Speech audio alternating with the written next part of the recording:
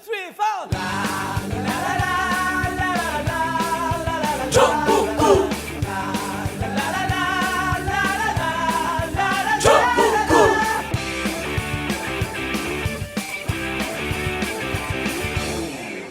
단 하나의 정통 정치 팟캐스트 정봉재 전국구 시작하겠습니다. 자, 오늘은 오늘 멤버들 짱짱해. 변호사가 3명이야. 변호사가 3명이 있었던 건 최초인데. 그렇네요. 그죠? 네.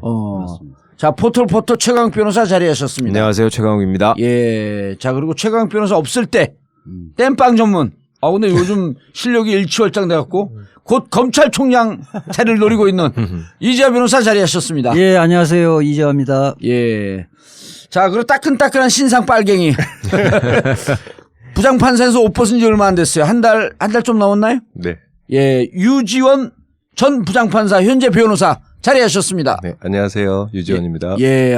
목소리 좋아. 전속으로 써야겠어. 진짜 목소리 좋고 인물 좋고 정말 훌륭한 판사였는데 내가 아까워 죽겠어요. 예. 법원에서 해야 될 일이 많은 사람인데. 고맙습니다. 근데 왜 옷 벗었어요? 돈 벌려고요?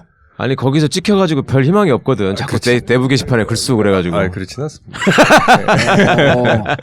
내부 게시판에 글 쓰고 항의하고 비판하고. 아니 뭐 자주 그런 건 아니고 중요한 순간마다 우리 유지원 부장이 굉장히 그 유의미한 글을 많이 써서 사람들을 많이 감동을 시켰죠. 예. 근데 굉장히 훌륭한 판사인데 진짜로 사람들이 잘 몰라. 네, 그게 안타까워. 근데 의식 있는 판사들이 좀 버티고 있어야 되는데. 글쎄요. 이용구 판사도. 네, 같은 사무실에 있습니다. 예. 그렇군요. 예. 자, 잠시 전하는 말씀 듣고 본격적으로 시작하겠습니다. 아니 뭐 이용구 선배는 전과자니까 거기는 별 저기가 아니고 우리 유전 부장 같은 사람이 과찬입니다. 류지원이에요, 유지원이에요. 류. 원래는 류입니다. 류. 예. 근데 그게 버들류. 예, 맞습니다. 예. 진짜 박식하시네. 우리 처제, 처제가 아니라 예. 처제가 류씨고 처남도 류씨예요. 예. 근데 이게 예전에 그 대법원 예규 때문에 이응으로 쓸 수밖에 없어서 공부상에는 다 이응으로 돼 있어요. 유지원. 예.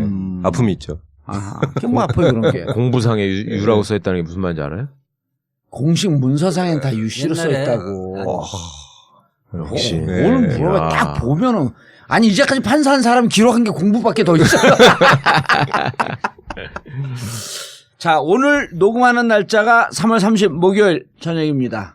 그리고 잠시 뒤에 박근혜 전 대통령 구속영장 여부가 결정이 나는데 저희가 업데이트 되는 시간은 4월 3일 월요일. 자, 그런데 구속영장 청구된 것으로 판단하고 방송을 하겠습니다. 발부된 것으로 판단하고. 구속영장 발부된 것으로 판단을 하고. 뭐 크게 틀리지 않을 것 같습니다. 예. 그리고 발부됐죠? 발부 이미 됐을 겁니다. 됐을 겁니다가 없어요. 이미 됐죠. 3일 전에. 강 판사 마음속에서는 이미 발부됐으니까. 자, 세월호 인양 작업이 한창입니다. 3년 만에 드디어 세상의 모습을 드러낸 세월호. 이번에 저희 전국구 애청자분들과 정봉주와 미래 권력들 미건수 회원분들과 함께 또다시 팽목항을 방문합니다. 4월 8일 토요일이고요. 광화문에서 출발하고요. 많이 신청해서 세월호 그 아픈 역사의 현장 팽목항을 함께 갔으면 하는 생각입니다. 자세한 내용은 전국구 홈페이지죠. imtv.or.kr imtv.or.kr 홈페이지 게시판에서 신청하시거나 그리고 다음 카페 정봉주와 미래 권력들 다음 카페 정봉주와 미래 권력들에서 신청하시거나 혹은 세월호 가족 지킴이 게시판에서 신청하시면 됩니다. 4월 8일 토요일 당일치기로 장소는 목포 신항으로 바뀌는데 시간은 똑같이 걸립니다. 많은 신청해서 함께 다녀오시기 바라겠습니다. 자, 그리고 지난번 하얼빈 갔다 온 이후로요. 역사 기행 또다시 이번에 대선 직후 역사 기행합니다. 1번 근대화의 중심이 되었던 메이지 유신 역사 기행인데요. 5월 13일 날 출발해서 5월 17일 4박 5일간의 아주 럭셔리한 공부도 하고 일본 여행도 하는 그러한 역사 기행입니다. 시사인 고재열 기자와 함께 떠나는 메이지 유신 역사 기행 4박 5일이고요. 저희가 적정한 가격 선정한 것이 195만 원입니다. 역시 신청은 자세한 내용과 신청은 imtv.or.kr imtv.or.kr에서 신청해 주시기 바라겠습니다. 많은 인원이 가는 게 아니니까요. 빨리 신청해 주시기 바라겠습니다. 자, 그리고 전국구 공개 방송인데요. 최근에 일정 조정을 못해서 몇 번 제대로 하지 못했죠. 자, 이번 주 3월 30일이죠. 3월 30 저녁 8시 청담동 벙커 청담동 89-10 전국구 공개 방송 있습니다. 술도 있고 커피도 있고 그다음에 선물도 드리는 전국구 공개 방송 많은 참여 바라겠습니다. 그리고 전국구 벙커 청담동 벙커 대관 문의 전국구 광고 문의 02948-1519 02948-1519로 해주시기 바라겠습니다. 발냄새가 심해서 고민이세요? 신발 벗기가 두려우신가요? 천연 맨솔 성분을 배합하여 장기간 일정하게 배출하는 혁신적인 독일 특허 기술로 개발된 유니코프 깔창. 발냄새 제거, 무좀 완화 기능이 6개월 이상 지속됩니다.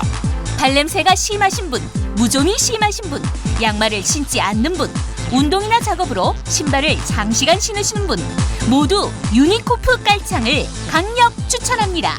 신발을 벗는 순간 맨솔의 상쾌함을 느낄 수 있습니다. 어디서든 자신 있게 벗으세요. 국내 최고의 공인기관으로부터 인체 및 환경 유해 물질 안전성을 입증받았습니다. 검색창에 유니코프 깔창을 검색하세요. 이지몰에서도 구매하실 수 있습니다.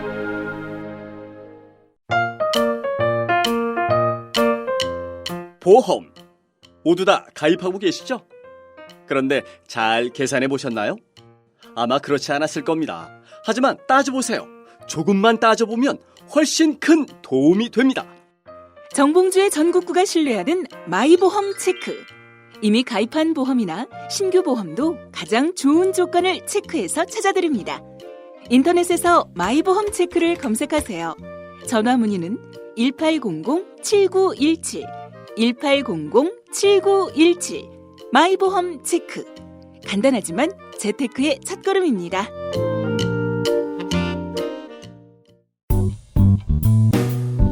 단 하나의 정통 정치 팟캐스트 정봉주의 전국구. 벌써 3년째를 맞이합니다. 최악의 정치 상황에서도 꾸준히 버틸 수 있었던 것은 바로 여러분들의 고마운 후원 덕분입니다. 여러분들의 후원으로 만들어지는 정봉주의 전국구. 전국구의 진정한 주인은 바로 청취자 여러분입니다. 전국구 후원 안내입니다.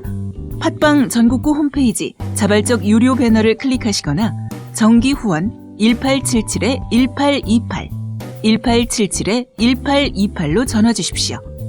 여러분의 후원에 깊은 감사를 드립니다.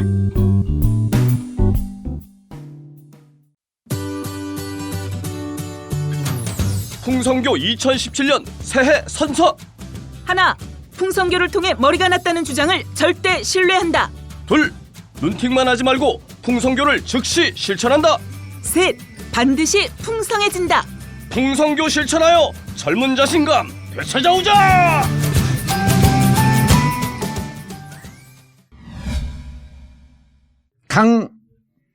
부영. 부영. 네, 맞습니다. 맞죠? 강부영 판사. 네. 근데 이런 거 할 때, 기사를 보고 있는데 이런 거 할 때 좀 쫄려요? 뭐가 쫄려요? 판사가? 예. 이름은 하면 박근혜입니다. 직업은 전직 대통령입니다. 이렇게 답변을 했다는 거거든요. 예. 근데 좀 쫄려? 판사가 좀 쫄아. 법정에서 물어볼 예. 때? 전직 예. 대통령에 대해서 피해자를 쫄아. 신문하는 거. 안 해봐서 잘 모르겠네요. 전직 대통령을 해본 적은 없습니다. 아니, 그래도 뭐 장관 뭐 이쯤은 해봤을 거 아니에요. 장관도 없었던 것 같은데요. 나는 BBK 재판할 때 우리 그 재판 그 판사들이 좀 쫄아서 그 말을 많이 더듬었죠. 뭐 쫄았다기보다 긴장을 하죠. 아, 그게 좀 그러니까 실수하면 안 이렇게 된다. 그 세간의 이목이 집중된 사건들을 하면 아무래도 예. 그 쫄았다는 표현이 여러 가지 있을 수 있는데 부담된다는 거는 그렇지, 맞죠? 부담된다. 예, 맞을 수 있죠. 예. 실수를 근데 그게 뭐 하면 그것이 겁이 또 나거나 뭐 그런 그러니까 건 좀 아니고 정확히 예, 말하면 좀 예, 부자연스러운 예. 동작이 나오지. 예? 지나치게 부담스러운 근엄한 표정을 짓는다거나. 예. 예. 지금 최순실 재판장이 제 대학 동기라 그랬잖아요. 예. 그 우리 와이프가 사준 초콜릿 먹고 시험 붙었다고 무지하게 고맙게 생각하던 놈인데 이번에 텔레비 나오는 거 우리 집사람이 깜짝 놀랐잖아. 저 사람이 저렇게 근엄한 사람이었냐. 원래 좀뭐 까불까불해요? 까불까불은 아니더라도 되게 얌전하고 착한 친구였는데 목소리를 깔고 재판을 하니까 깜짝 놀랬지. 아무래도 법정이란 공간이 개인의 그 판사의 인격을 드러내는 그런 데가 아니고 개인의 특성을 드러내는 데가 아니니까. 그리고 또 어쨌든 판사는 자기가 갑이잖아요. 아니 그러니까 대답하는 사람보다는 덜 긴장하죠. 대답하는 사람. 대답하는 사람이 더 떨리지 사실 어떻게 물어보는 사람이 떨리겠어. 예. 근데 이제 혹시나 물어보다가 직업이 뭐세요? 이렇게 하면 안 되니까 이제 그걸 신경 쓰는 거지. 아니 그렇게 랩으로 물어보는 경우도 있어요. 직업이 뭐? 아니 사실은 선수들끼리 재판 많이 하다 보면 예. 여름에 가면 조는 사람도 많고 그렇잖아. 지사건 아니면 뭐 여러 가지 종류가 있는데 그래도 이제 뭐 판사가 적어도 직업적인 자부심과 자존심상 상대가 무슨 높은 직위에 있다고 해서 쫄고 이러지는 않아요. 기본적으로. 별로 신경 안 쓰고 그러니까 구속영장 발부되는 거는 별로 근데 구속영장 발부되는 게 정치적 의미, 뭐 파장 이런 거 신경 안 쓰고 한다는 거 아니에요 그러면은? 아 그런 것들은 다 고려를 하겠죠. 고려하는데 이 사건 같은 경우는 이미 그럼 10번 이상의 예. 그 영장을 발부했던 사건이잖아요. 아, 그러니까 다 나온 시험 다시 보는 건데 뭐가 이거 어려워 막 이게. 지금 재심으로 이야기하면 10번째 재심하는 거예요. 네. 공소사실 13개잖아요. 예. 13개의 각 공소사실마다, 그러니까 혐의사실마다 다 영장 발부를 했던 거거든요. 그렇죠. 다 된 거죠. 아하. 예컨대 뇌물, 삼성 뇌물, 이재용 예. 영장 발부를 했잖아요. 직권남용. 그러니까 김기춘. 뇌물 공여죄를 발부를 했는데 뇌물 수수죄를 발부 안 한다는 거는 상식적으로 말이 안 되는 거거든. 예. 직권남용 다 됐거든요. 얘가 지금 누구야? 직권남용 같은 경우는 지금 김기춘. 블랙리스트 같은 김기춘, 조윤선 예. 다 종범적 지위에 있는 거거든요. 직권남용 다 안종범. 됐고. 안종범 종범. 그렇죠. 안종범도 그렇지. 예. 그다음에 정호성 같은 경우는 딱 그거 공무상 비밀누설 한 가지 범죄 사실이에요. 13분의 1도 안 되는 거지. 그렇죠. 그러니까 다 했기 때문에 각 범죄 사실마다 이미 영장이 발부 다 됐고 직권남용은 벌써 여러 번 발부된 거예요. 그러니까 사실은 그 부분에서 뭐 박근혜 전 대통령이 예. 새롭게 뭐 자백을 한다든지 이러면 변수가 있는데 오늘 쭉 보니까 5개월 전에 이야기하고 똑같더라고요. 자백한 게 한 건도 없거든요. 예. 뭐 사정 변경이 생길 게 하나도 없잖아요. 예. 그러니까 이제 판사는 그래도 기록을 좀 봐야 되니까 그럼 이재용 부회장 영장 발부보다 빨리 할 수는 없으니까 새벽 5시를 넘겨서 발부를 하겠죠. 자, 유지연 부장판사님. 오늘 변호사입니다. 예? 네, 변호사. 이제 오늘 영장 실질심사 판사라고 보고 네. 이재하 검사가 이래서 구속영장을 청구합니다 했어요. 네. 어떻게 판단하시겠어요? 설득력 있네요. 뭐라 그래요? 설득력 있습니다. 그런데 예. 뭐 장난스럽게 말씀을 하셨는데 아니 이게 평상시 말투예요. 예. 이제 영장 실질 심사라는 것 자체가 예. 피의자를 위한 제도예요. 피의자를 위한 제도입니다. 제도가 애초에 예. 설계된 이유가. 들어온 거가 그렇기 때문에 판사는 거기서 나오는 피의자의 그 변명을 듣고 그거를 기록과 대조해보는 작업이 필요해요. 그래서 일부러 늦게 발부한다기보다는 피의자를 위한 제도니까 오늘 여러 가지 뭐 변명을 하셨을 거란 말이죠. 예. 그럼 그걸 듣고 그 변명이 혹시나 기록상 뭐 일치하는 게 있을까?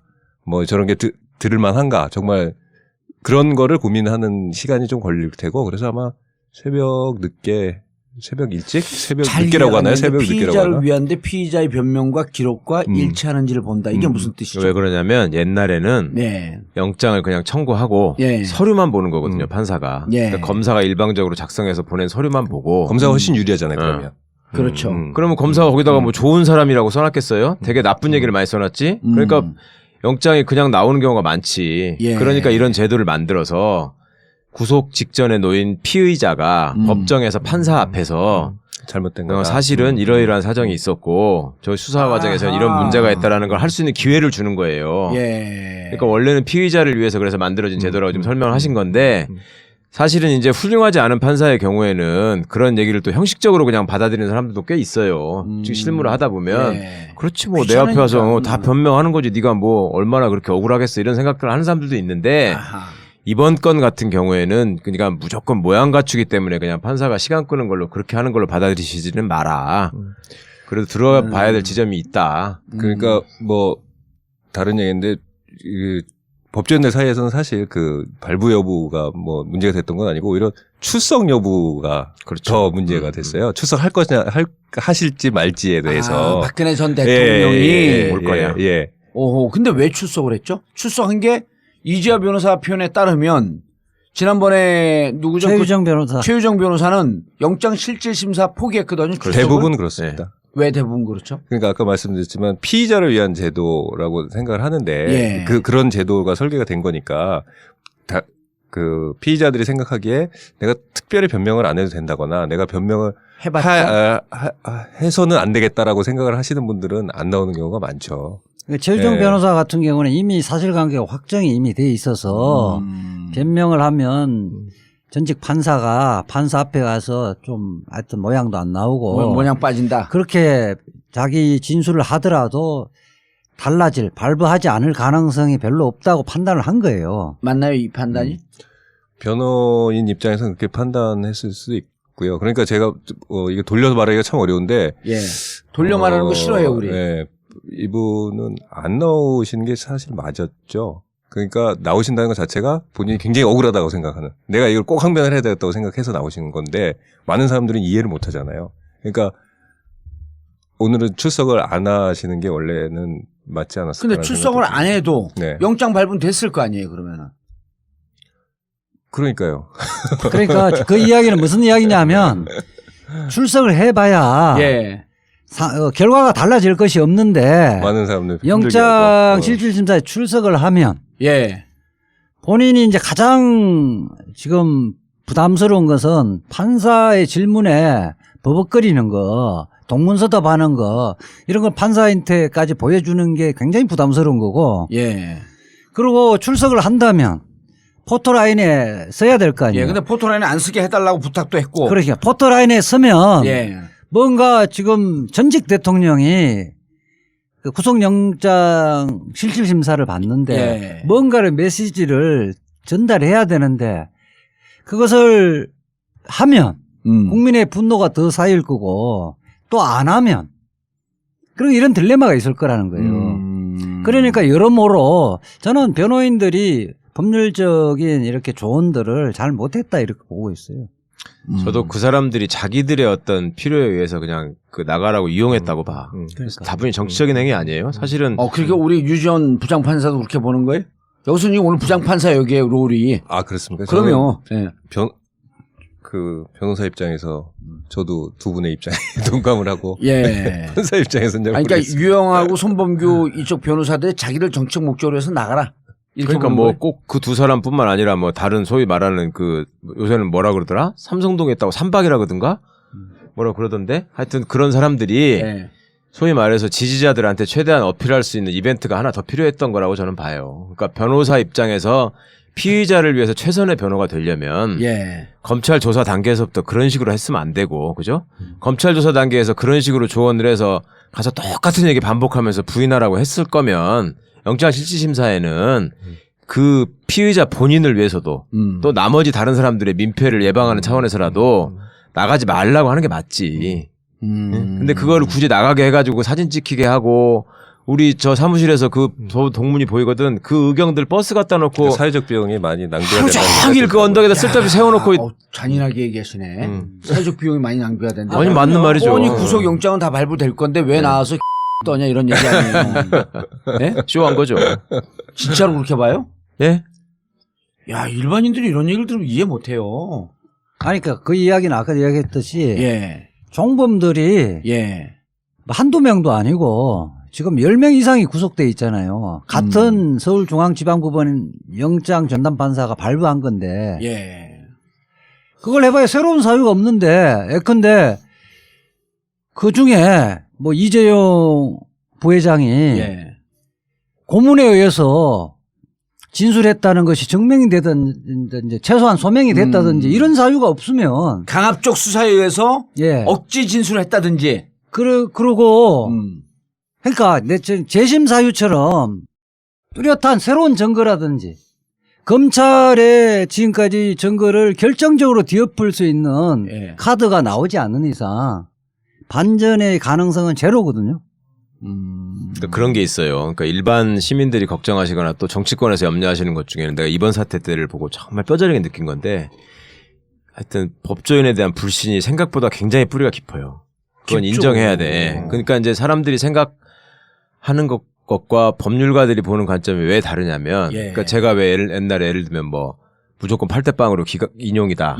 얘기한 거나 예. 3월달 안에 구속될 거다라고 막 떠들고 다닌 거나 이런 것들이 이유를 따져보면 예를 들면 안종범 수첩이 나오고 정호성 휴대폰이 나오고 네? 예. 박상진 휴대전화 녹음이 나오고 이런 증거들이 있었잖아요. 예. 그러면 검찰이 아무리 정치적이고 아무리 나쁜 놈들이 모여 있어도 그 물증까지 싹 없애가면서 그걸 없는 사실을 만들 수는 없거든. 그게 나오는 순간 걔들은 구속되는 거예요, 사실은. 그러니까 그걸 법원으로 옮겨오면 예. 이재화 변호사님이 설명해 주신 것처럼 그 수많은 종범들이 다 구속이 됐는데 그걸 종합하는 두목이 내가 구속 안 됐겠다. 또 혹시 판사가 무슨 옳게 하고 대학교 동기라서 영장을 발부하지 않을 수 있을 것이다. 이거는 그냥 방상이야. 그럼 안 되는 얘기야, 그거는.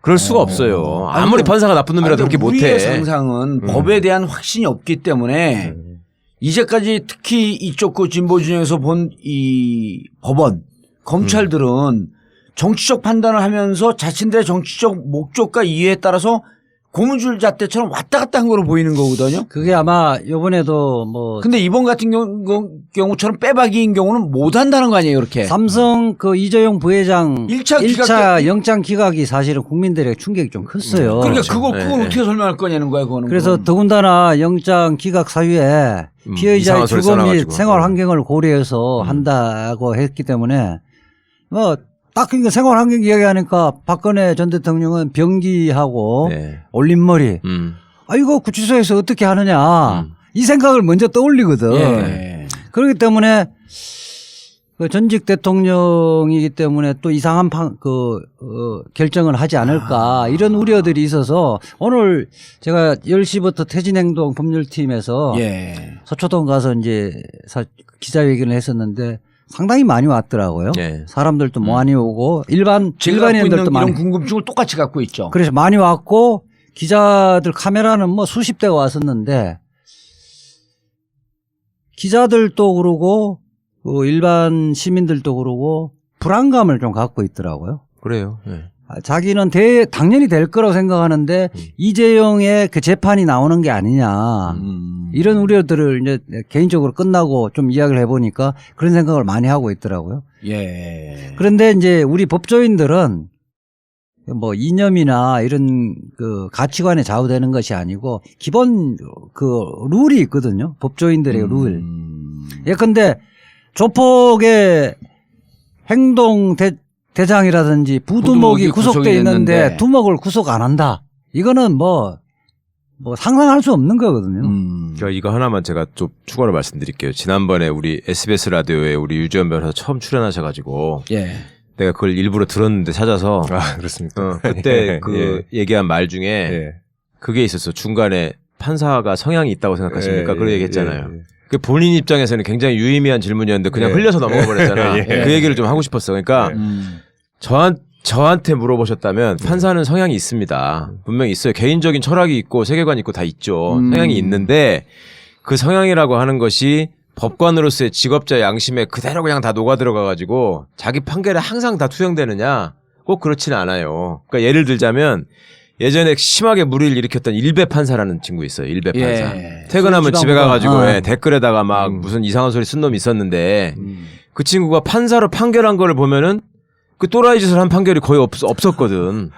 말하자면 그런 거예요. 아하. 그러니까 개인적으로 아무리 이상한 생각을 갖고 있는 또라이일 망정 법원이라는 틀이 거기서 또 훈련되는 시스템이나 또 성호 간의 어떤 그 직업적인 자부심이나 자존심으로 견제하는 장치가 나름 있기 때문에 아주 저렇게 손가락질 받으면 이상한 짓은 못해요. 그리고 실제로 그런 짓을 어쩌다가 감행을 하잖아. 예. 그럼 법원 내부에서 반드시 비판이 나와. 그러니까 지난번에 원세훈 1심에서 무죄해놓고 예. 바로 나왔잖아요. 판사가. 너 고등부장 되려고 그런 거 아니냐 나오잖아요. 그 사람은 그거 평생 짊어지고 가야 돼요. 이제. 그 잊어버리지 않아 법률가들은. 법조인들은. 그러니까 그거를 본인 스스로 알기 때문에 1심에서 무죄가 나왔죠. 그때요. 예. 예. 그러니까 그러고 나서 나중에 또 실제로 승진했잖아요. 고등부장으로. 고등부장 승진했죠. 그거를 제대로 된 고등부장이라고. 전부 무죄 나온 건 아니고 일부 무죄. 예, 일부 부분이 있습니다. 그걸 제대로 된 고등부장이라고 인정을 안 해줘요. 신영철 대법관 임기 마쳤지만 선거법은 무죄, 국정원법은 유죄. 그랬었죠. 예. 그러니까 그런 것들에 대한 부담을 감수하고라도 저지를 수 있는 용기가 있어야 되는데. 조희연 부장판사는 왜 그랬냐고 그러면은. 그건 주거민 생활 환경을 고려했을 때. 그거 소심해서 그래. 그건 삼성 장학생 아니에요? 아니, 그 삼성장학생 그런 급이 될 관점에서 만큼 보기에는 그런 사람이 그렇고. 그렇게 고급진 사람이 아니고. 그 영장 발부 사유라는 게 사실은 조금 애매한 부분이 있어요. 네. 1차 부분은 솔직히 이제 이 법리적으로 잠깐만요. 영장 발부는 솔직히 애매한 부분이 있다라고 하는 건 뭐예요? 그러니까 이제 그 이런 지금 시기에 이런 말씀을 드리는 게 어떨까 싶기도 한데 예. 우리가 과도하게 영장 발부 여부에 대해서 우리 사회가 관심을 가져요. 예. 그렇죠. 최근에 근데 그렇게 됐죠. 최근에. 사실은 형사 절차에서 그 영장 발부라는 건 중간적인 처분이고 그게 어떤 그 유죄를 따지는 건 아니죠. 아니죠. 예. 예. 그러니까 그런데 그래서 약간 명확하게 규정해 놓고 있지는 않다는 거죠. 그러니까 수사의 필요성이나 있느냐, 증거를 인멸할 염려가 있느냐, 도망할 염려가 있느냐, 범죄가 중대하느냐, 예. 뭐 이런 거를 종합적으로 고려하도록 한 것 자체가 좀 애매한 측면이 있는 거고요. 그래서 무슨 말씀을 드리려고 그랬던가? 중간 판결을 그러니까 중간 판결을 하는 거가 애매하고 그렇기 때문에 그래서 경우에 따라서 소명의 정도로 또 낮춰놨거든요. 그러니까 구속 단계에서는 그 구속이 된다고 하더라도 무죄가 나오는 경우도 있어요. 소명하고 증명하고는 많이 다르거든요. 예. 소명은 개연성 약간 더 낮은 거죠. 증명의 정도가 낮은 거고 뭐 재미없는 얘기인데 하여튼간 그래서 재미있어요. 예, 구속에 대해서는 과도하게 이제 그 관심이 가 있는데 사실은 저희 법조인 입장에서는 구속의 필요성이 있느냐 없느냐는 애매할 수 있고 구속이 설사됐더라도 구속이 그러니까 본선이 아니거든요. 구속은 본선이 아니고 오히려 중요한 거는 재판 절차를 통해서 이재용 씨도 마찬가지고 결국 유무죄 나와서 형이 어떻게 나오느냐 이런 게 더 중요한 거죠. 구속이 근데 우리는 모든 관심이 구속과 불구속에 가 있으니까 법조인 제 개인적인 입장에서는 이재용 씨가 그때는 평이 이제 저희도 이렇게 예상을 하잖아요. 그때 예상을 1월 하면 19일 때는 어떻게 예상을 했어요? 그때는 그 주위에 있는 분들이 반반이라고 봤어요, 사실은. 예, 반반이라고 봤고 나중에는 2차 청구됐을 때는 발부가 된다는 분들이 더 많았고 대체로 지금 맞춰왔거든요. 뭐 그리고 예전에 제 주위에 계신 분들도 8대0이 압도적 다수였었고 그다음에 이번에도 추석한다까지가 압도적 다수여서 다 했는데 이제 발부도 다 압도적 다수가 발부된다고 지금 하고 있어서 그것도 맞을 것 같은데요. 예, 그러니까 뭐 말씀드리다가 논점을 잃었는데 그러니까 구속 여부에 대해서 너무 지나치게 그 부분에 대해서 너무 집중해서 그 부분이 막 이게 되면 막 뭐가 다 된 것 같고 안 되면 뭐가 다 안 되는 것 같고 이렇게 하는 것보다는 이주원 부장판사님. 근데 문제는 뭐냐면 사회적 관점이 이재용 영장 기각할 때부터 어디에 가 있었냐면 대한민국 국민들이 다 박근혜한테 가 있었죠. 아니 다 법조인이 되기를 요구해서는 안 되는 거 아니에요. 사회적 그렇죠. 수준이거든요. 맞습니다. 예, 맞습니다. 이 수준에서 구속 여부가 중요하다라고 하는 관점을 만들어 놓은 것도 법조계예요. 그렇다고 한다면 이게 중간 평가인데 설사 구속되지 않더라도 결국 유무죄 따지는 게 중요합니다라고 얘기하면은 사람들이 뭐라 그러냐면 당신 친박이네. 이 분위기를 누가 만들어놨냐면 법조인들이 만들어 놓은 거예요. 그렇다고 한다면 국민들의 인식이 구속 여부가 중요하다라고 하면 법조계는 자기들이 만들어 놓은 프레임이기 때문에 그걸 쫓아가줘야 되는 거 아닌가요? 그래서 제가 애매하다고 말씀드린 거예요. 예. 그래서 정확히 만들면 따지면 검찰이 만든 프레임이지. 그렇지. 검찰이 만든 프레임이죠. 구속을 시키면 마치 거기서 다 끝나버린 것처럼 그리고 나중에 무죄가 나와도 지네 할 일을 다 한 것처럼 이미 시간은 다 지났고. 그렇죠. 그런 프레임에 계속 말려 있었던 건데 근데 이재용 사건 같은 경우에는 사실은 그 함의하고 있는 게 되게 많았죠. 그러니까 판사도 조금 더 신중했어야 되고 사실은 조금 그 뭐랄까 용기를 냈어야 되는데 난 진짜 예. 소심했다고 봐요. 그리고 조희연 판사가 예, 이유를 그렇게 택도 없는 이유를 써놓은 거는 진짜 바보 같은 짓이고 예. 나는 개인적으로 잘 알지만 그건 본인이 하여튼 평생 반성해야 돼. 근데 어쨌거나 당시에는 결과적으로 따져보면 이재용 구속영장이 기각됐기 때문에 김기춘, 조윤선이 자동으로 들어갔고 그 다음에 2차 영장이 청구됐을 때는 법률가들이 거의 다 뭐 이거는 무조건 나온다 이렇게 다 생각했잖아요. 예. 그런 면에서 기이한 점도 있긴 해요. 그게 이제 1차 때는 사실은 조희연 판사하고 2차 합병이 이제 대가로 봤는데 네. 그 부분은 좀 협소하게 봤죠. 그렇죠. 그러다 보니까 예. 앞뒤 선우가 좀 이렇게 모순되는 부분이 좀 있었는데 그럼에도 불구하고 그 개인 돈을 지급한 게 아니라 회사 돈을 지급하기 때문에 걸었어야 되는 거죠. 횡령만 명백한 판단하더라도 건데. 명백한 건데. 그다음 직권남용 부분에 시연을 했었잖아요. 그러니까 횡령 부분만 하더라도 횡령 부분이 금액이 뭐 100억이 넘어가니까 아니 78억이죠. 일단 보낸 거는. 그 해외 보낸 거니까. 해외뿐만 아니고 사실은 저 미러 K스포츠는 또 개인 돈을 낸 게 아니잖아요. 예. 어쨌든 그러네. 자기 스스로의 진술에 의하더라도 예. 뭐 강요하니까 어쩔 수 없이 냈다 이렇게 이야기하고 있으니까 그건 내려면 지 돈으로 내야죠.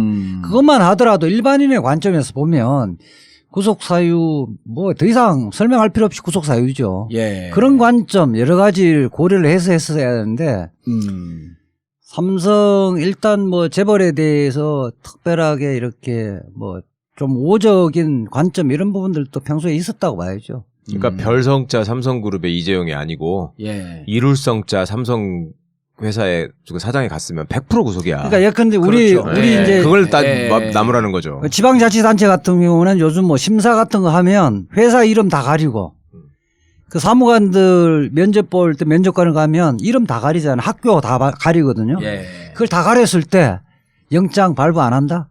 그렇지. 100% 발부한다. 1월 19일 날 그 삼성 그때 계급장을 딱 떼버리고 이름을 딱 떼버리면 100% 발부한다는 거예요. 이 주장에 대해서 어떻게 생각하세요? 뭐 수긍할 만한 점이 많다고 봅니다.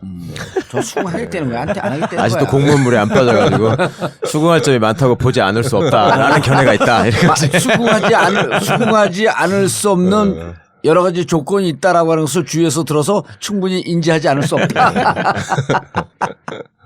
예. 아, 그러면 박근혜 대통령은 이제 구속이 됐는데, 예? 구속이 됐단 말이에요? 네. 그래도 큰일 한 거 아니에요? 구속이 됐으면? 뭐 누가 큰일을 했어? 판사가?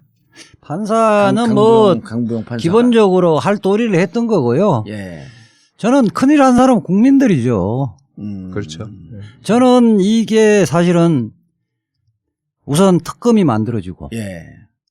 국민들의 힘에 촛불에 의해서 특검이 만들어지고 국회도 탄핵 소추하면서 후폭풍 이야기하고 하다 어정쩡하던 국회의원들을 움직이고 국민들에게 문자 폭탄 보내고 국민들이. 예. 헌법재판소를 그 박근혜 대통령의 탄핵하게끔 만들고 그리고 국민의힘이다. 박근혜 대통령을 사실은 구속영장 청구한 거는 70% 이상의 국민들이 구속을 원했기 때문에 가능했던 예. 거거든요. 저는 이게 세계사에 쓰여질 것 같아요. 네. 우리 지금이 네, 네. 이게 그러니까 뭐 오늘 뭐 과장되게 말하면 우리 세계사에서 프랑스 혁명을 배우지 않습니까? 예. 우리 이제 한참 몇백 년 후에 대한민국의 이 시점을 예. 세계사의 민주주의에 있어서 아니, 그 이미 큰, 변환점으로 노벨 평화상에 CR 노벨 평화상 지금 신청을 할 거예요. 예.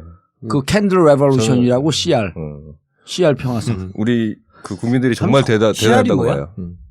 캔들 레볼루션 CR. 한국말로 해봐. 나는 영어 약하잖아요. 촛불혁명. 그런데 자, 참 대단한 좀 것 궁금한 게 이런 게 있어요. 네. 자, 박근혜 대통령이 아까 기록과 피의자가 박근혜가 무슨 대통령이야. 박근혜 전 대통령이 피의자 박근혜 씨가 피의자를 위한 제도라 그랬어요. 아까 영장실질심사가. 네. 근데 와서 부인으로 일관해요. 예. 핵심이 이거 아니에요. 내 주머니에 돈 한 푼 들어간 거 없다. 근데 무슨 뇌물이냐 이게. 예. 자, 그러면은 그 내용을 우리도 그걸 볼 때마다 계속 헷갈려. 공동 지갑이다. 삼성동 집 어떻게 샀냐? 어디죠? 그 무슨 동이야 저기. 그 청구동. 체육관 앞에 있는 신당동, 장충동, 장충동 집을 팔았고 장충동, 했는데 그때 4억이 부족했단 말이에요. 그다음 옷값 이런 등등을 갖고 검찰이 특검이 공동지갑이라고 했는데 와서 부인을 했잖아요. 부인했는데 먼저 12만 쪽의 기록을 봤어. 부인을 해. 그럼 어떻게 판단하니까 판사는? 그러면 발부할 가능성이 크죠. 그러니까 객관적인 증거와 예.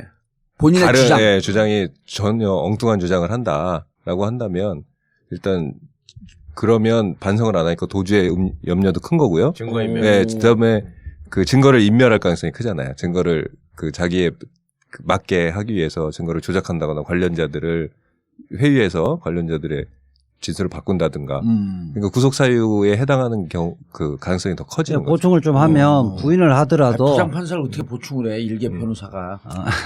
보충을 선배님, 하면 없죠, 선배님. 네. 이게 예.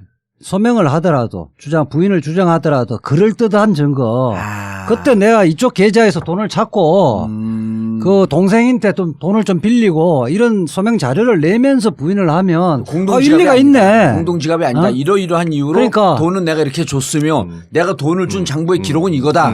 그러니까 최순실이가 40년 동안 뭐 팬티 브라자 이런 거 다 사줬다고 이야기를 하는데 내 돈으로 런닝 팬티 산 적도 있다. 이런 거를 만들어. 이거 자연스러운 거지. 이런 것들을 그리고 내가 청바지 내 돈으로 산 것도 증거도. 있다. 이렇게 이야기를 해야 되는데 그냥 무대뽀로 부인을 하면 얼토당토하는 이야기잖아요. 예. 근처에 가서 부장 판사 이 얘기를 들어야 안 들어요. 이렇게 얼토당토하는 주장을 해. 얘기를 다 들어주죠. 네. 다. 그래 시간이 오래 걸리는 거 아닙니까? 오늘도.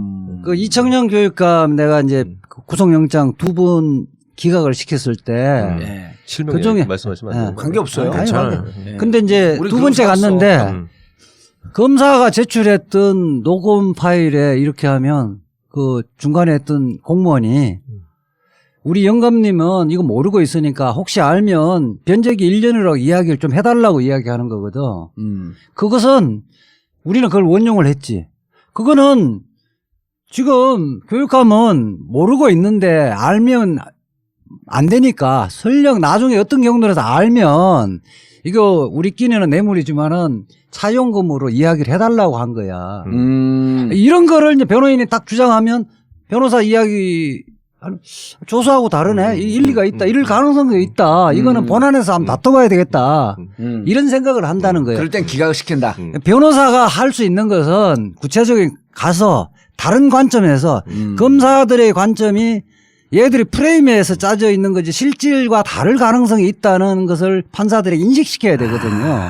검사는 이렇게 주장했으나 이런 근거로 했으나 변호사의 주장을 들어보니 검사의 같을 관점과 만하다. 다르고 요 정도 근거면 충분히 변호사의 주장이 설득력이 있을 수 있겠다. 그렇죠. 그러면 이것은 기회를 주죠. 본안에서 네, 다퉈볼 때니까 네. 예선전에서는 네. 구속시키지 말고 네. 그리고 돈 제가 지급했는데 제 지급한 건 제 돈으로 지급을 했습니다. 증거는 이겁니다. 근데 검사는 이거를 무시하고 공동지갑이라고 계속 처음부터 일관되게 주장을 했습니다. 제가 이렇게 변명을 했지만 설득을 했지만 받아들여지지 않았습니다. 이렇게 따져야 된다는 거 아니에요? 네. 아주 그러니까 변론 전략으로 치면 아주 멍청한 짓을 하고 있는 거지 지금. 저 손봉규 변호사가 지금 저 박근혜 사람이- 변호인들이 왜? 아니 지금도 얘기하잖아요. 판사가 보기에 예. 뭐 조금이라도 수긍이 갈 얘기를 해야지 무대포로 가가지고 그냥 내 통장에 돈 들어간 거 있나 봐라 나는 억울하다 이런 소리만 하면 그거를 앞에서 영장 실질자하는 판사가 말도 안 되는 소리 하지 말라 이렇게 면박 주고 그러지 않아요. 다 들어주고. 잘 들어줘. 나도 다 듣고 1년 때리대. 그러니까 다 들어준다니까. 다 듣고 1년 때리는데 여기 옆에서 무죄라고 또. 에이, 얘 무기징역에 쳐야 돼, 이제야, 진짜. 변호사는 그 성공 못하면 성공 보수 안 받으면 되는 거예요. 성공 이렇게 잘 나가고 그 때문에 잘 나가고 있잖아. 나는 이렇게 10년 후를 예측을 한 거지. 아유, 씨. 근데 손봉규 변호사가 어제 예. 그 이야기를 했잖아. 미르 K스포츠 재단이 아직 생기기 법인도 만들어지기 전인데 법인에게 돈 줬다는 게 말이 되느냐. 그거 참 판사가 보는 무식한 이야기거든. 진짜. 우리는 추진위원회에도 추진의 단계도 법인으로 보는 거예요. 아, 그래요? 네. 그 법에서 규정해 놓은 것들도 있고 그냥 예. 법리상 하는 것도 있는데요. 뭐 대표적인 게 그 재건축, 예. 재건축의 경우에는 법에 아주 명문의 규정이 있습니다. 재건축 추진위원회도 위원회 이제 재건축 조합이 설립이 되면 그 다 그대로 승계받게 되는 거죠. 승계 추진위원회께 그대로 쓰게 되고 그리고 심지어는 예. 재건축을 하겠다라고 하는 추진위원회 주비위원회도 있거든요. 추진위원회를 만드는 준비위원회 그것도 법적으로 인정을 해주는 거예요? 그러니까 창당주비위원회에 창당 주비위원회. 예컨대 내가 박근혜다. 예. 그리고 최순실이 창당주비위원회 만든다. 예. 친박연대당 이런 걸 만들려고 준비위원회 만드는데 거기다 돈을 줘. 거기 돈 한 10억 갖다 주라. 예. 이렇게 하면 뇌물죄 되는 거지. 그거는 주비위원회이기 때문에 뇌물죄가 안 된다. 이거 말이 안 되는 거예요. 설립 중에 회사라는 게 이제 상법상 개념이 있죠. 그거 역시 판사라서 좀 점잖게 얘기하는데. 이제 그 다음에 또 하나 문제가 이 아저씨 어디 만주 변호사 왜 시도 때도 없이 끼어들어. 얘기는 내용은 좋은데 좀 점잖게 얘기해봐 저렇게. 또 하나 드려야 될 말씀이 있습니다. 생리적으로 안 돼. 그건 생태적으로 안 되고. 아니. 아직 물이 제대로 안 빠져. 네, 박근혜 계좌에 한 푼도 안 들어왔다. 그것도 말이 안 되는 게 예. 뇌물죄는 본인 계좌에만 들어와 뇌물이 아니에요. 제3자든 누구인테든 간에 예. 처남 계좌에 들어왔든 간에 내가 영향력에 행사해서 그 사람들에게 돈 들어오면 그거는 내 돈이든 그 사람한테 가든 간에 그거는 실질적인 법률적 평가는 달라지는 게 없어요. 예. 그러니까 일반적인 사건에서 만약에 변호인이 그런 식으로 주장을 하면 판사들이 돌아가서 저 사람 저거 뭐야 왜 저래 이런 수준이야 이거는. 손범규가. 네, 너무 말도 안 되는 소리 근데 하니까. 오늘 또 한 변호사가 이런 얘기를 하더라고. 네. 손범규 유영아가 네. 손범규가 누굽니까 그 정의당 심상정 심상정 네. 대표와 같은 주거니 지역구죠. 받거니 하면서 네, 네. 그 국회의원을 네, 뺐다 네. 그랬단 말이에요. 네. 그리고 유영아는 4선 의원 아냐 거기가. 4번 떨어졌죠. 4선 낙선 의원 아냐. 네, 네. 예? 네. 그런데 정치권에서 맴돌던 변호사들이면 한 변호사가 이렇게 얘기를 해요. 한 1, 2년, 2, 3년만 그 실무에서 떨어져 있어도 감이 떨어진다는 거야. 떨어지죠. 아 그리고 애초에도 별로 실력이 없었던 사람들이 근본적으로 그게 무슨 공부도 안 하고 뭐 걔들이 뭐 그냥 손범규 변호사 내 연선 동기고 같은 반이고 예. 2년 동안 개업을 같이 했었어요. 손범규하고 네. 같이 했었는데 같은 사무실에서 같은 사무실에 야, 인간이 이상한 인간이네.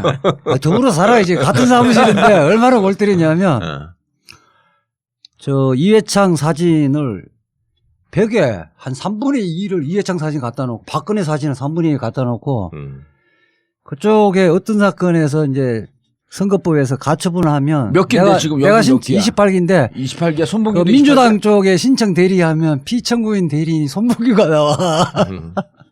그리고 ROTC 출신이었던 거를 엄청난 자부심을 갖고 있죠. 원래도 실력이 없는데 정치권 기웃기웃 하면서 감도 완전히 떨어져 있는데. 그러니까 사람이라는 게 자기 논리가 맞는지 검증을 해보려면 반론을 생각해 보면 되거든요. 네. 그럼 손범규 말대로 이거는 재단이 아직 만들어지지 않았기 때문에 돈을 줘봤자 뇌물이 아니라고 하면 앞으로는 그러면 누구든지 다 만들어지는 재단에다가 돈 갖다 줘라라고 하면 다 빠져나갈 수 있는 거예요. 그렇잖아요. 그렇네. 세상에 그런 일이 재단 어디 만들어지기 있겠어. 전에 준비위원회 네. 해놓고 이거 승계할 건데 거기다 네. 주면 뇌물 안 되는 거야. 줘라 그거를. 그게 상식적으로 그게 말이 이거나 똑같아요. 국회의원 되고 난 다음에 돈 좀 뇌물이니까 국회의원 준비할 때 돈 갖다 줘라. 그것도 어차피 뇌물이야. 그건 아니 그러니까 뇌물인데 그 논리에 따르면 그렇죠. 야, 국회의원 아직 네, 안 네. 나가고 되지 않았으니까 지금은 뇌물 아니야. 얼른 돈 갖다 줘. 그거랑 똑같은 논리지. 그러니까 뇌물은 사전이건 사후건 다 처벌 구성 요건이 있는 것인데 그런 거 저런 거 전혀 따지지 않고 그냥 어디서 주워 들은 민법상의 법인격이 자연인과 법인이다 요 얘기하는 거잖아 지금. 법인격이 완성되지 않았다. 아유 정말 쪽팔려서. 저는 이 박근혜 그 구속 부분에서 가장 핵심 한마디로 이야기하라면 뭐가 죄냐? 수첩이 죄라고 보거든요. 예. 그러니까 기본적으로 이 양반은 이제 대면 보고를 안 받잖아요. 예. 대면 보고를 안 받고 최순실이가 이야기해 준 걸 잘 모르니까 수첩에 다 적잖아요. 그거를 관저에서 전화로 한단 말이에요. 전화를 지시를 해. 자기가 수첩을 보고 안종범에게 전화를 지시하면 요 공주의 수첩이 안종범 수첩하고 싱크로율이 한 99% 돼. 그렇지. 여기 다 증거를 평소에 계속 만들고 있는 거예요. 그래서 만약에 이제 변호인들이 하려면 안종범 수첩, 정호성 수첩, 정성 그다음 녹음 파일 예. 이런 부분이 사실은 위조됐다, 변개됐다 이런 예. 부분들을 설득력 있는 증거를 갖고 와야 되는데 나는 모릅니다만 이야기하고 있는 거거든. 그러니까 이런 거지. 박근혜 대통령의 메모했던 수첩과 안종범의 수첩을 대조해 보면서 실질적으로 박근혜 전 대통령 수첩은 이러한 내용인데 안종범 수첩이 다르지 않냐. 이거는 내가 지시한 내용을 얘기한 것이 아니고 자기 스스로 생각을 정리한 것이다. 정리하고 기록한 것이다. 이걸 입증을 해놓으면 네. 그럼 얘기가 맞네? 이렇게 되는데 지금 자기 수첩은 내놓는 순간 결정적인 증거가 되니까 안 내놓고 있는 거야. 그러니까 제대로 그야말로 이제 선이고 예. 자기는 국가와 를만 생각하고 나라 경제만 생각했다면 수첩을 복사해서 다 내야죠. 내고 이 봐라 이 안종범은 자기 상상력에 기초해서만 쓴 거 아니냐. 이걸 그 기초로 예. 이재용 부회장도 구속시켰다. 이재용 부회장은 그렇다 하더라도 지금은 바로 잡아야 되는 거 아니냐. 이렇게 주장을 해야지. 그리고 내 수첩을 보여주면서 그렇죠. 그거를 그런데 안종범이 내는 거야. 이 증언까지 했잖아. 조그만 수첩을 꺼내갖고 기록을 하고 그걸 보고 얘기를 해줬다. 안종범이 그 증언까지 했거든. 네. 안종범이 이제 그 전에 쫑꼬 많이 먹고 왜 지금 적고 있어요? 뭐 이렇게 묻잖아요. 성대모사 제대로 했어. 한번 다시 해봐. 자꾸 물으니까 네. 이게 이제 나중에 또 뭐 문책하고 뭐 하여튼 뭐 야단치고 이러니까 깨알같이 적는 거예요.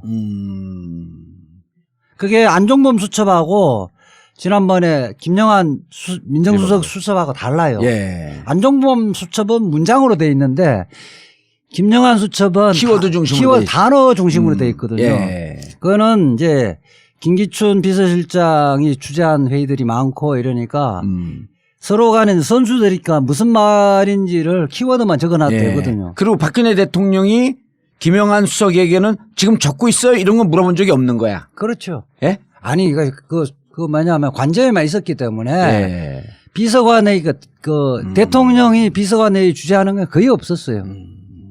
자, 그런데 계속 부인을 해요. 그럼 부장판사야. 어떤 생각이 들겠어요? 박근혜 전 대통령 피의자 박근혜가 부인을 해. 예. 그럼 억울합니다. 그럼 막 얘기를 해. 장황하게 설명을 해. 그럼 나는 거기는 몸종 수준이고 밥 해주는 아줌마 수준인데 무슨 국정농단을 했냐. 네. 아니다. 그럼 결정적으로 내 주머니에 돈 한 푼 들어온 거 없는데 왜 내가 뇌물죄냐. 그럼 무슨 생각을 해요? 그냥 멍하니 먼 산 쳐다보고 있어요? 뭐 안 좋다고 생각을 하겠죠. 피의자가. 대답이 너무 짧습니다. 좀 이게 뭔 말이요? 마리오 마컬리요.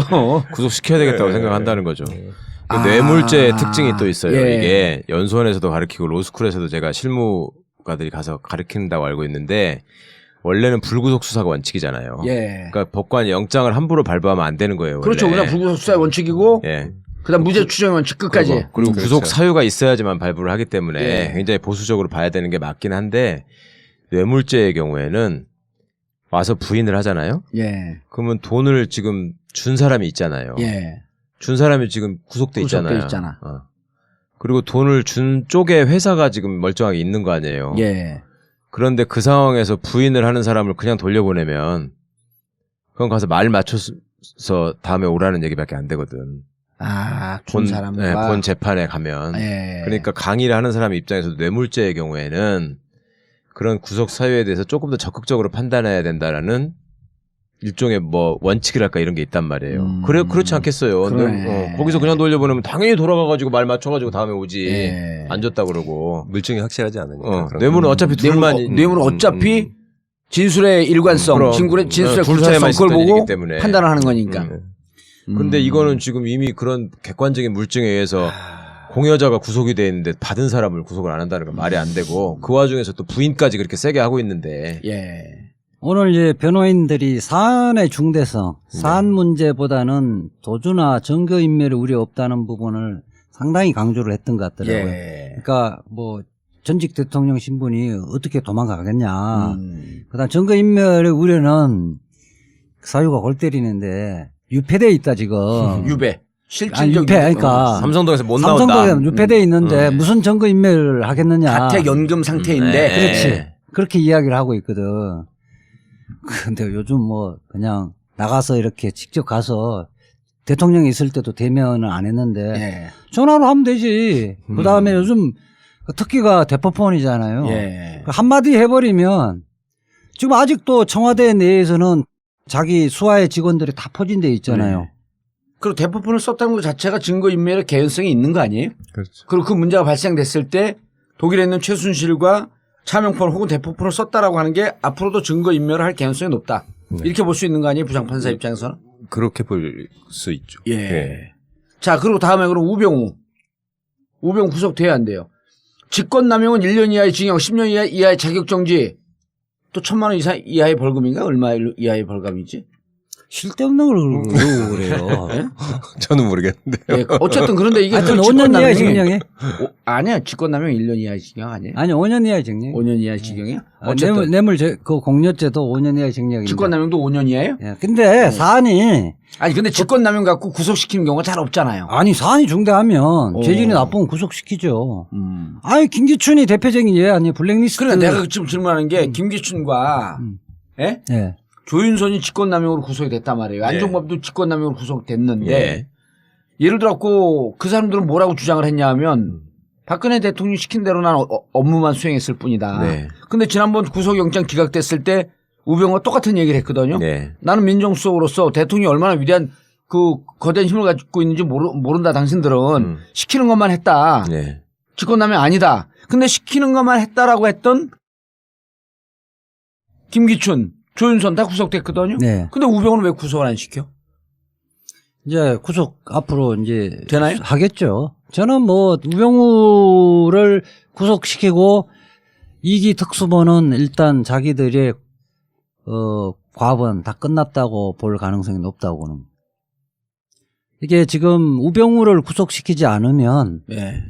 이영렬 김순환. 본부장, 김순환 검찰총장이 자유로울 수가 없는 거거든요. 예. 봐줬다는 다고 일반 국민들이 대부분 그렇게 생각하고 있거든요. 그리고 우병우는 김기춘하고 좀 달라요. 김기춘은 그 정윤의 문건 파동이 예. 그 애들이 자기까지도 쫓아내려고 하니까 뒤쫓아 해보라고 한 거 아니에요. 그랬다가 생각보다 힘이 센데 그래서 타협을 해버린 건데 김기춘은. 예.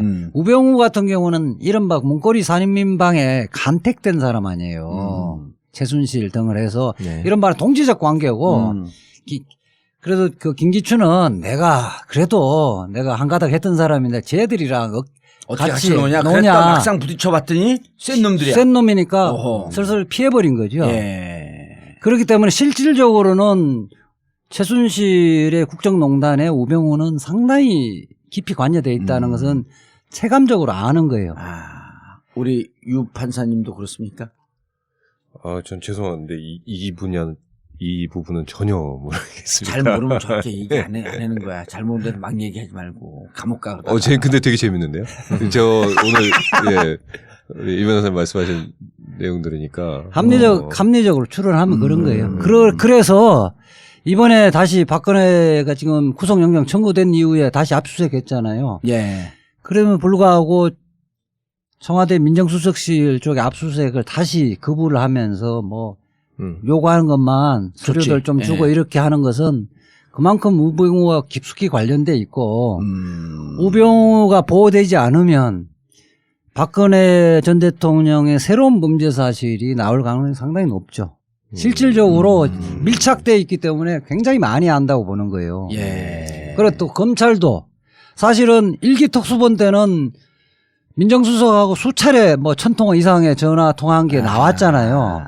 그러니까 우병우를 제한적 범위 내에서 준 것만 서류를 받아온 건 더 이상 확전을 안 하겠다라고 하는 의지고 그렇죠. 추가 범죄하지 않고 요 정도 밝혀진 데서 딜을 한다고 봐요. 딜을 하고 그 정도 범위에서만 예. 우병우를 구속할 것이다. 그래 구속은 피할 수 없는데 이 정도 카드로 해서 마무리하자. 요즘 소설을 많이 써. 그렇지 않으면 우병우도 만만한 놈이 아니니까 나만 죽지 않는다 이렇게 나와버릴 가능성이 근데 있죠. 구속되는 거로 타협을 했다는 거야? 아니 그 구속도 예. 일단 구속됐다가 항소심 정도에서 나올 수 있는 가능한 범죄로 갖고 구속영장 청구할 수도 있는 거거든요. 그러면 정강 자기 처갓집. 근데 그런 개인 비리. 그 부분 갖고는 이게 이제 본류에서 벗어난 거니까 이른바 찌개다시잖아요. 본류에서 벗어난 거니까 안 돼요. 안 되고 이 본류에서 직권 남용 부분은 좀 그 중에 하나는 산뜻한 걸 갖고는 하겠죠. 판단을 좀 해줘봐. 저 얘기가 맞아? 아니 뭐 제가 판단할 주제는 아니지만 굉장히 설득력 있는 말씀이죠. 그러니까 우리 이제 지금 이재화 변호사님하고 우리 유지현 변호사님의 그 신중하고 또 조금 더 적극적인 입장의 차이가 왜 있냐면 우리 이제 얼마 전까지 판사를 했던 사람의 입장에서는 명확하게 드러난 제시되는 범죄 사실과 증거가 어느 정도 있지 않은 상황에서 판단을 요구하면 준비가 안 됐어요. 제가 좀 오늘 이게- 주제가 이건지 모르고 준비가 안 아니, 돼가지고. 그또 해요. 그리고 우병우가 누군 줄 알잖아. 무슨 짓 한 줄도 알고. 근데 우병우는 지금 특검이 보면은 그 민정비서관이었던 윤장석이를 시켜가지고 뭐 한 거, 뭐 이런 얘기들이 지금 흘리고 있더라고요. 이거 그 과거에 영장 청구를 했을 때도 공무원들이 와가지고 그 수모당한 거 그런 것들이 다 진술이 포함돼 있었다는 거거든요. 예. 근데 이제 그때 영장이 기각됐을 때의 이유를 굳이 따져보자면 그런 진술들은 있었으나 청와대에 대한 조사나 압수수색이 없어가지고 뒷받침할 수 있는 물증, 수첩관이나 전화 같은 이런 게 없으니까 아까 이제 처음에 말씀하신 것처럼 법정형이 가벼운 범죄기, 낮은 범죄이기 때문에 네. 판사 입장에서 그냥 쉽게 미우니까 발부한다고 해서 발부할 수는 없었던 면이 있을 수 있어요. 뭐 신중히 판단하는 게 맞는 면이 있는데 지금 우병우의 입장에서 생각을 해보자면 우병우 입장에서도 구속되는 게 낫다고 봐요, 나는. 버티다가 네. 더 큰 혐의 사실을 그러니까 문제가 나오기 전에. 어차피 정권은 바뀌는 것이고 예. 그러면 정권 바뀌는 검찰이 지금은 예를 들면 김수남, 이영렬이가 지가 시켜준 사람이니까 좀 싸게 칠 수 있다. 싸게 치거나 봐줄 수 있는 가능성이 일부라도 있지만 그럼 정권이 바뀌고 나서도 그러면 검찰이 우병우는 여전히 보호할 것이냐? 절대 그렇지 않거든. 그걸 누구보다 잘 아는 사람이 우병우 아니에요. 아하. 어? 지가 정권이 지금- 바뀌면서 전직 대통령을 데려다가 그 짓을 한 놈인데 그런 놈들이 더 두려워하는 거거든 원래 지가 해봤으니까. 그래서 버티는 척하다가 네. 적당한 선에서 네. 딜을 하고 네. 확전을 시키지 않는 범위에서 들어갈 것으로 보인다. 그리고 밑에 있는 놈들도 지금 데려다가 조사를 했다는 거잖아. 다 민정에 했다, 파견 예. 나왔던 애들을. 그다음 광주지검장도 데려다가 증언 그렇죠. 윤모 그건- 검사가 땄다는 거 그건 아니에요? 부장검사고 지검장은 네. 아닌데 하여튼 그 사람들의 입장에서도 박근혜가 시퍼렇게 살아있고 다음에 홍준표가 대통령이 될 가능성이 있다 그러면 지네 버티지만. 미래를 생각해서라도 모릅니다. 예. 그런 사실 없습니다 하겠지만 걔들은 앞으로 검사해야 되는 애들이에요 계속. 그거 다 얘기했을 그 거예요. 정권 교체되지면 예컨대 정윤의 문건 파동 수사 부분을 그게 다시 들어가죠. 본격적으로 수사를 해버리면 예. 그렇죠. 검찰의 다. 지휘부들이 다 예. 성할 사람이 없을 겁니다. 형사 8부 특수 일부. 그러니까 그거 이게 누른 거 이영렬. 그다음에 김수남. 이 부분을 특검을 다시 실시하면 국민들의 공감을 다 얻는 그렇죠. 거거든요. 그게 포인트다. 그러니까 국정농단을 그때 이 본격적으로 수사했으면 이 지경까지 안 왔다는 거예요. 예, 맞아요. 그리고 보면 아이고 이게 그러면 이 문건에 있는 내용이 실체가 있는 건지 그 문건의 내용대로 국정농단이 진행됐던 건지 이 부분에 하나도 안 보고버리고 유출 물꼬를 터져 예. 그 수사의 물꼬를 아니, 그러니까 그때 바꿔버렸잖아요. 핵심은 그거에 명예훼손이라고 그러니까 언론 출판물에 의한 명예훼손이라고 하니까 그 형사 8부하고 특수 1부인가 그쪽에서 야 이거 명예훼손이라는데 좀 이상하다. 네. 그럼 명예훼손 당했다라고 하는 정윤회하고 최순실 씨 한번 정윤회 좀 조사를 해봐 가택 압수수색 해봐야 되는데 그러니까 김수남이가 그랬다는 거 아니에요 중앙지검장이 야 피해자인데 왜 거기를 압수수색을 해?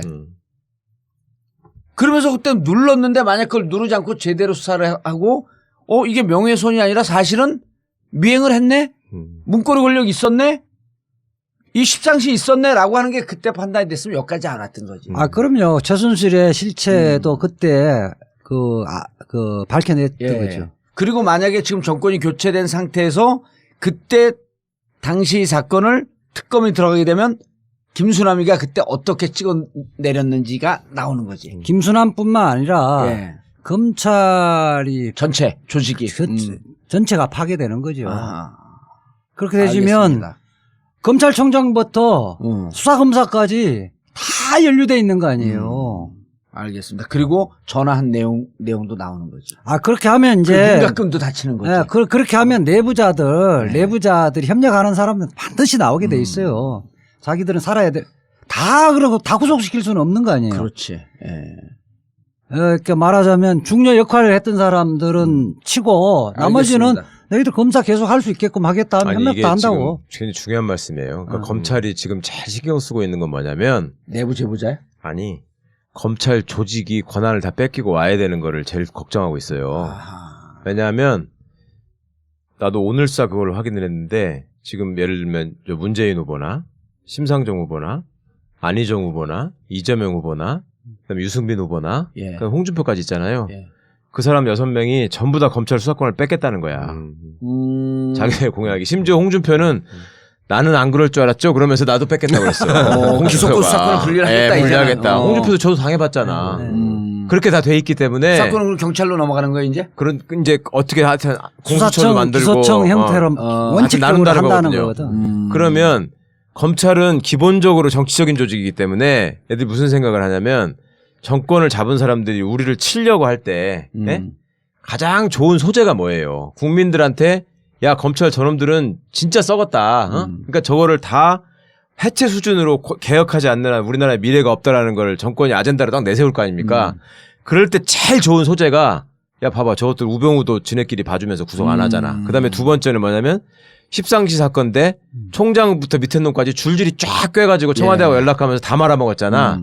이거를 가지고 소위 특검이 됐건 그 당시에 검찰을 시켜서 수사를 하기 시작하면 그냥 와야 되는 거거든요. 그걸 알아 지네들이. 예. 거기 다 당사자들이 있으니까. 그러니까 그 위험을 피하기 위해서라도 어떻게든 우병우는 죽여야 돼 얘들은. 우병우한테 가서 빌더라도 너 잠깐만 좀 들어가 있어라. 잠깐만 뒤져라. 오늘 좀 살자. 좀 있다가 이렇게 할 수밖에 없는 조금 상황이니까. 이따 정권 교체되면 완전 죽여버릴 테니까. 그 대법원도 사실은 그런 차원에서 예. 지금 긴장하고 있는 게 있는데 예. 어차피 우리가 그 얘기도 또 해야 되잖아요. 그렇죠. 그러니까 예. 알겠습니다. 자, 근데 일부에 무척 시간이 오래 걸렸어.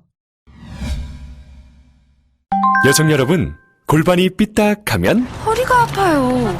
아랫배가 나와요. 골반이 바로 서야 건강도 아름다움도 바로 섭니다. 바디로직을 입으세요. 토크밴드의 입체적인 탄력이 틀어진 골반을 바로잡습니다. 간편하고 확실한 골반 교정 타이즈 바디로직. 삐딱한 남성 골반에도 역시 바디로직. 바디로직의 효과를 못 느끼셨다면 100% 환불해드립니다. 자세한 환불 조건은 홈페이지를 참조하세요. 모두가 건강하고 행복한 세상을 위한 나눔의 가치. 의료비 걱정 없는 건강하고 아름다운 사회를 위해 바디로직은 아름다운 재단과 함께합니다. 바디로직.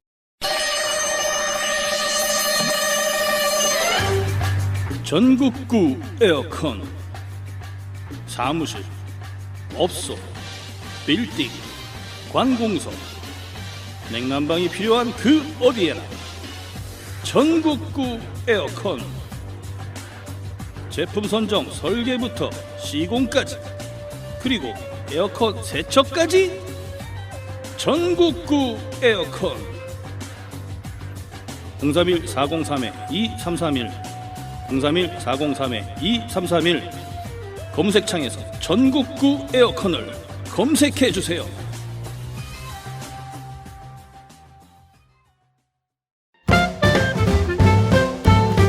영부인 김치, 좋은 재료와 최고의 맛으로 이미 많은 분들의 찬사를 받았습니다.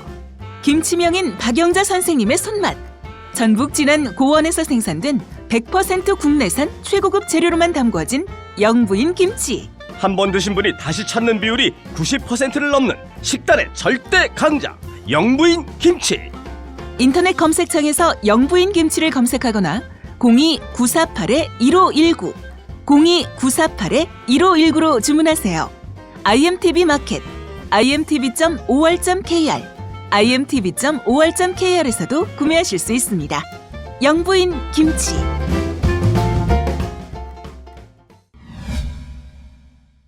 자, 박근혜 전 대통령 구속. 그리고 이제 이것이 신호탄이 돼서 검찰 개혁해야 한다. 사법부 개혁해야 한다. 하는데 소리 소문 없이 사법부가 부글부글 끓고 있어요. 예, 많이 알려지지 않고 있는데 정말 심각한 문제가 그동안에 진행되고 있었습니다. 예. 무슨 내용이죠? 그래서 오늘 우리 유지원 부장판사 어쩐 일로 나오셨어? 진실만을 얘기하지 않으면 감옥 가는 거야? 이제 법원에서 요즘에 보도되는 거를 뭐 잠깐 말씀드리면 예. 그 법원 내 국제인권법 학회. 연구회, 예. 국제인권법 연구회라는 단체에서 지난 토요일입니다. 25일 날 예. 연세대학교 로스쿨하고 같이 공동으로 세미나를 개최를 했고요. 국제인권법 연세대 연구 법학연구원하고 예, 법학연구원. 공동으로 예, 했죠. 예. 국제인권법 연구회. 예. 이게 판사들이 모인 조직인가요? 예, 그렇습니다. 근데 대학교 그 법학대학원하고 같이 공동 세미나를 했는데 그거과 관련돼서 그 행사도 축소하고 예. 또 그 행사를 주최한 국제인권법 연구회의 활동 자체를 그 축소한 것을 요구를 했다. 그 대법원 행정처에서 예. 법원 행정처에서 그런 것을 요구를 했다라는 의혹이 지금 제기가 된 상태입니다. 그래서 그거 문제에 대해서 판사들이 문제가 있는 거 아니냐, 예. 조사를 해야 된다, 누가 그런 지시를 했느냐라는 부분에 있어서 밝혀달라라고 요구를 해서 지금 그 진상조사단이 꾸려져 있는 상태고요. 예. 그래서 자, 우리 조사가 지금 진행되고 있습니다. 청취자분들이 그렇게 얘기하면 이해를 못하는데 이제 네. 판사들 조직 중에서 네. 가장 문제가 되고 있었던 게 이제 우리법 연구회 아니에요? 그러면서 진보 성향의 판사들이 모인 거다라고 하면서 이른바 그 보수적 성향 보수 언론 쪽에서 그분들이 뭐 판결만 하면 계속 시비를 걸었잖아요. 네, 예. 문제가 되고 있었던 게 아니라 조선일보 자꾸 시비를 걸었지. 문제를 만들었지. 이렇게 프레임을 만들어가지고. 예. 그래갖고 그거 문제 제기한 것 때문에 TV조선이 승인이 취소될 뻔했잖아요. 그게 우리법 연구회 같은 경우도 예. 뭐 이 진보적인 판사들이 자기들끼리 뭐 이렇게 예. 분파 활동을 하는 것이 아니고 연구 모임 중에 하나예요. 여러 연구 모임 중에 하나예요. 하나예요. 지금 이 국제 아, 유지현 변호사 우리법 연구 회원인데 어디가 진보적이 생겼어 도대체. 그러니까 어느 구석이. 빨갱이처럼 생겼지. 아니 그래서 네. 국제인권법 연구회도 그런 연구회 중에 하나고 연조가 좀 짧고 예, 그 좀 많이 사람들이 참여해 있고 국제인권법 연구회는 그 법원 행정처에서 예산을 지원해주는 지원해주는. 단체입니다. 예. 그런데 최근에 세미나 주제가 조금 이상했잖아요. 네. 이상하다고 대법원이 대법원이 보기에 이상한 거 아니야? 예. 주제가 뭐예요?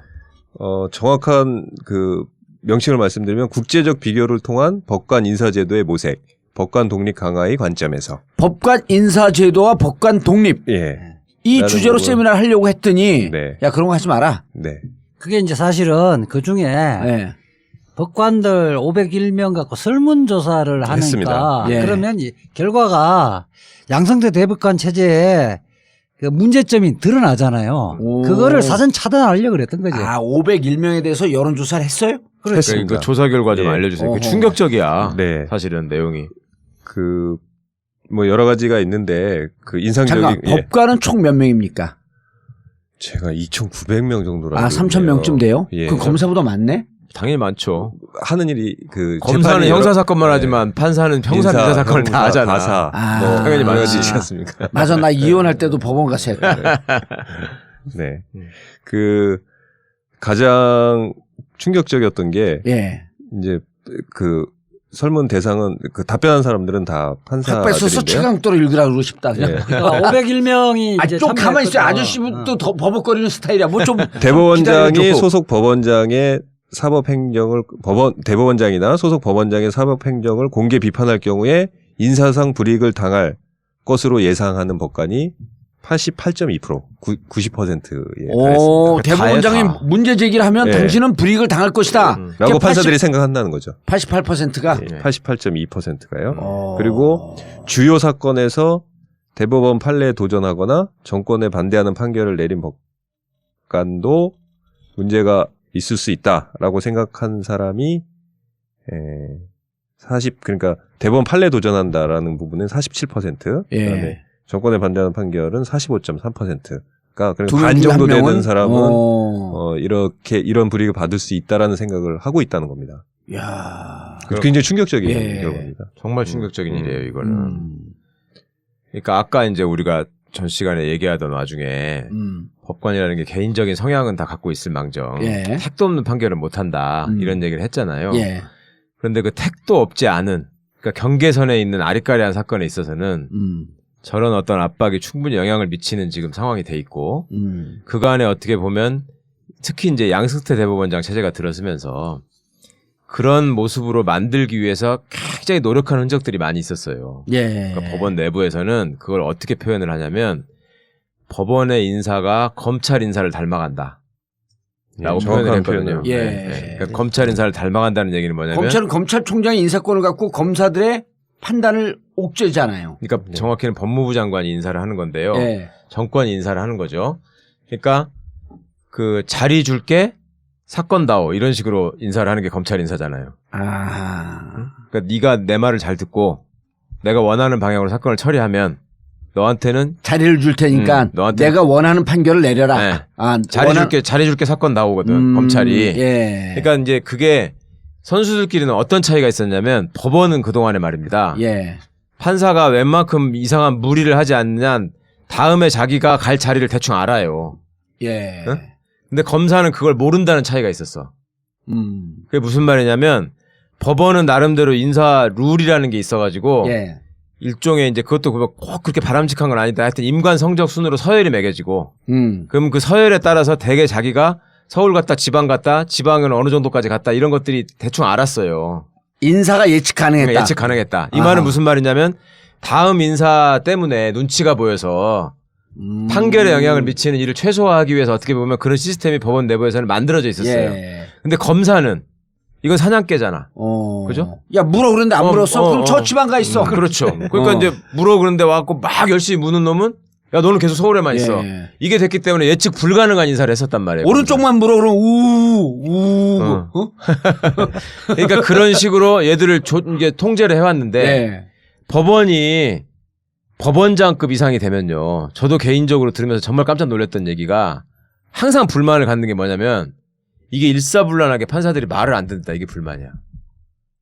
자기도 이제 조직의 기관장이 됐잖아요. 그러면 기관장이 되면은 외부 기관장들이랑 같이 회식도 하고 만나서 노는 시간이 있잖아요. 예. 그러면 그때 보면 예를 들어서 뭐 전라북도에 가서 전주지방법원장을 한다.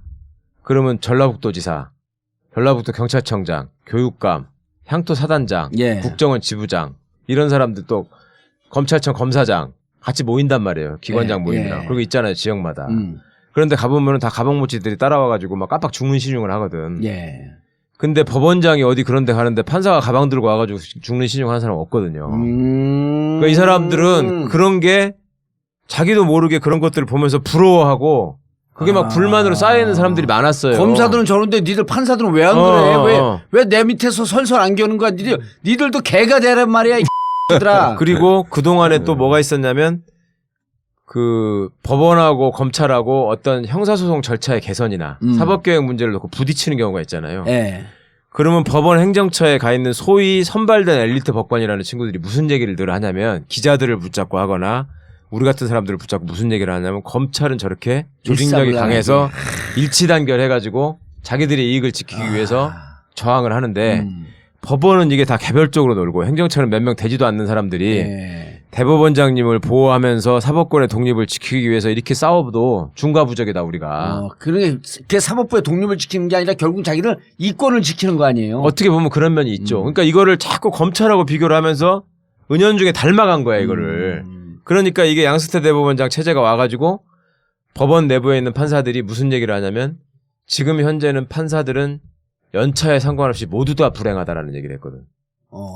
그게 무슨 말이냐면 자기가 나중에 어떻게 될지를 몰라요. 문제죠. 예. 그 인사 원칙으로 또 인사 제도로 그 전에 이용훈 대법원장 시절에 조금이라도 그래도 소위 그 법이 규정하고 있는 그 원칙대로 돌아가려는 움직임이 좀 있었거든요. 그게 뭐냐면 지난번에도 우리 유지원 변호사가 소개를 하던데 법관은 세 종류밖에 없단 말이에요.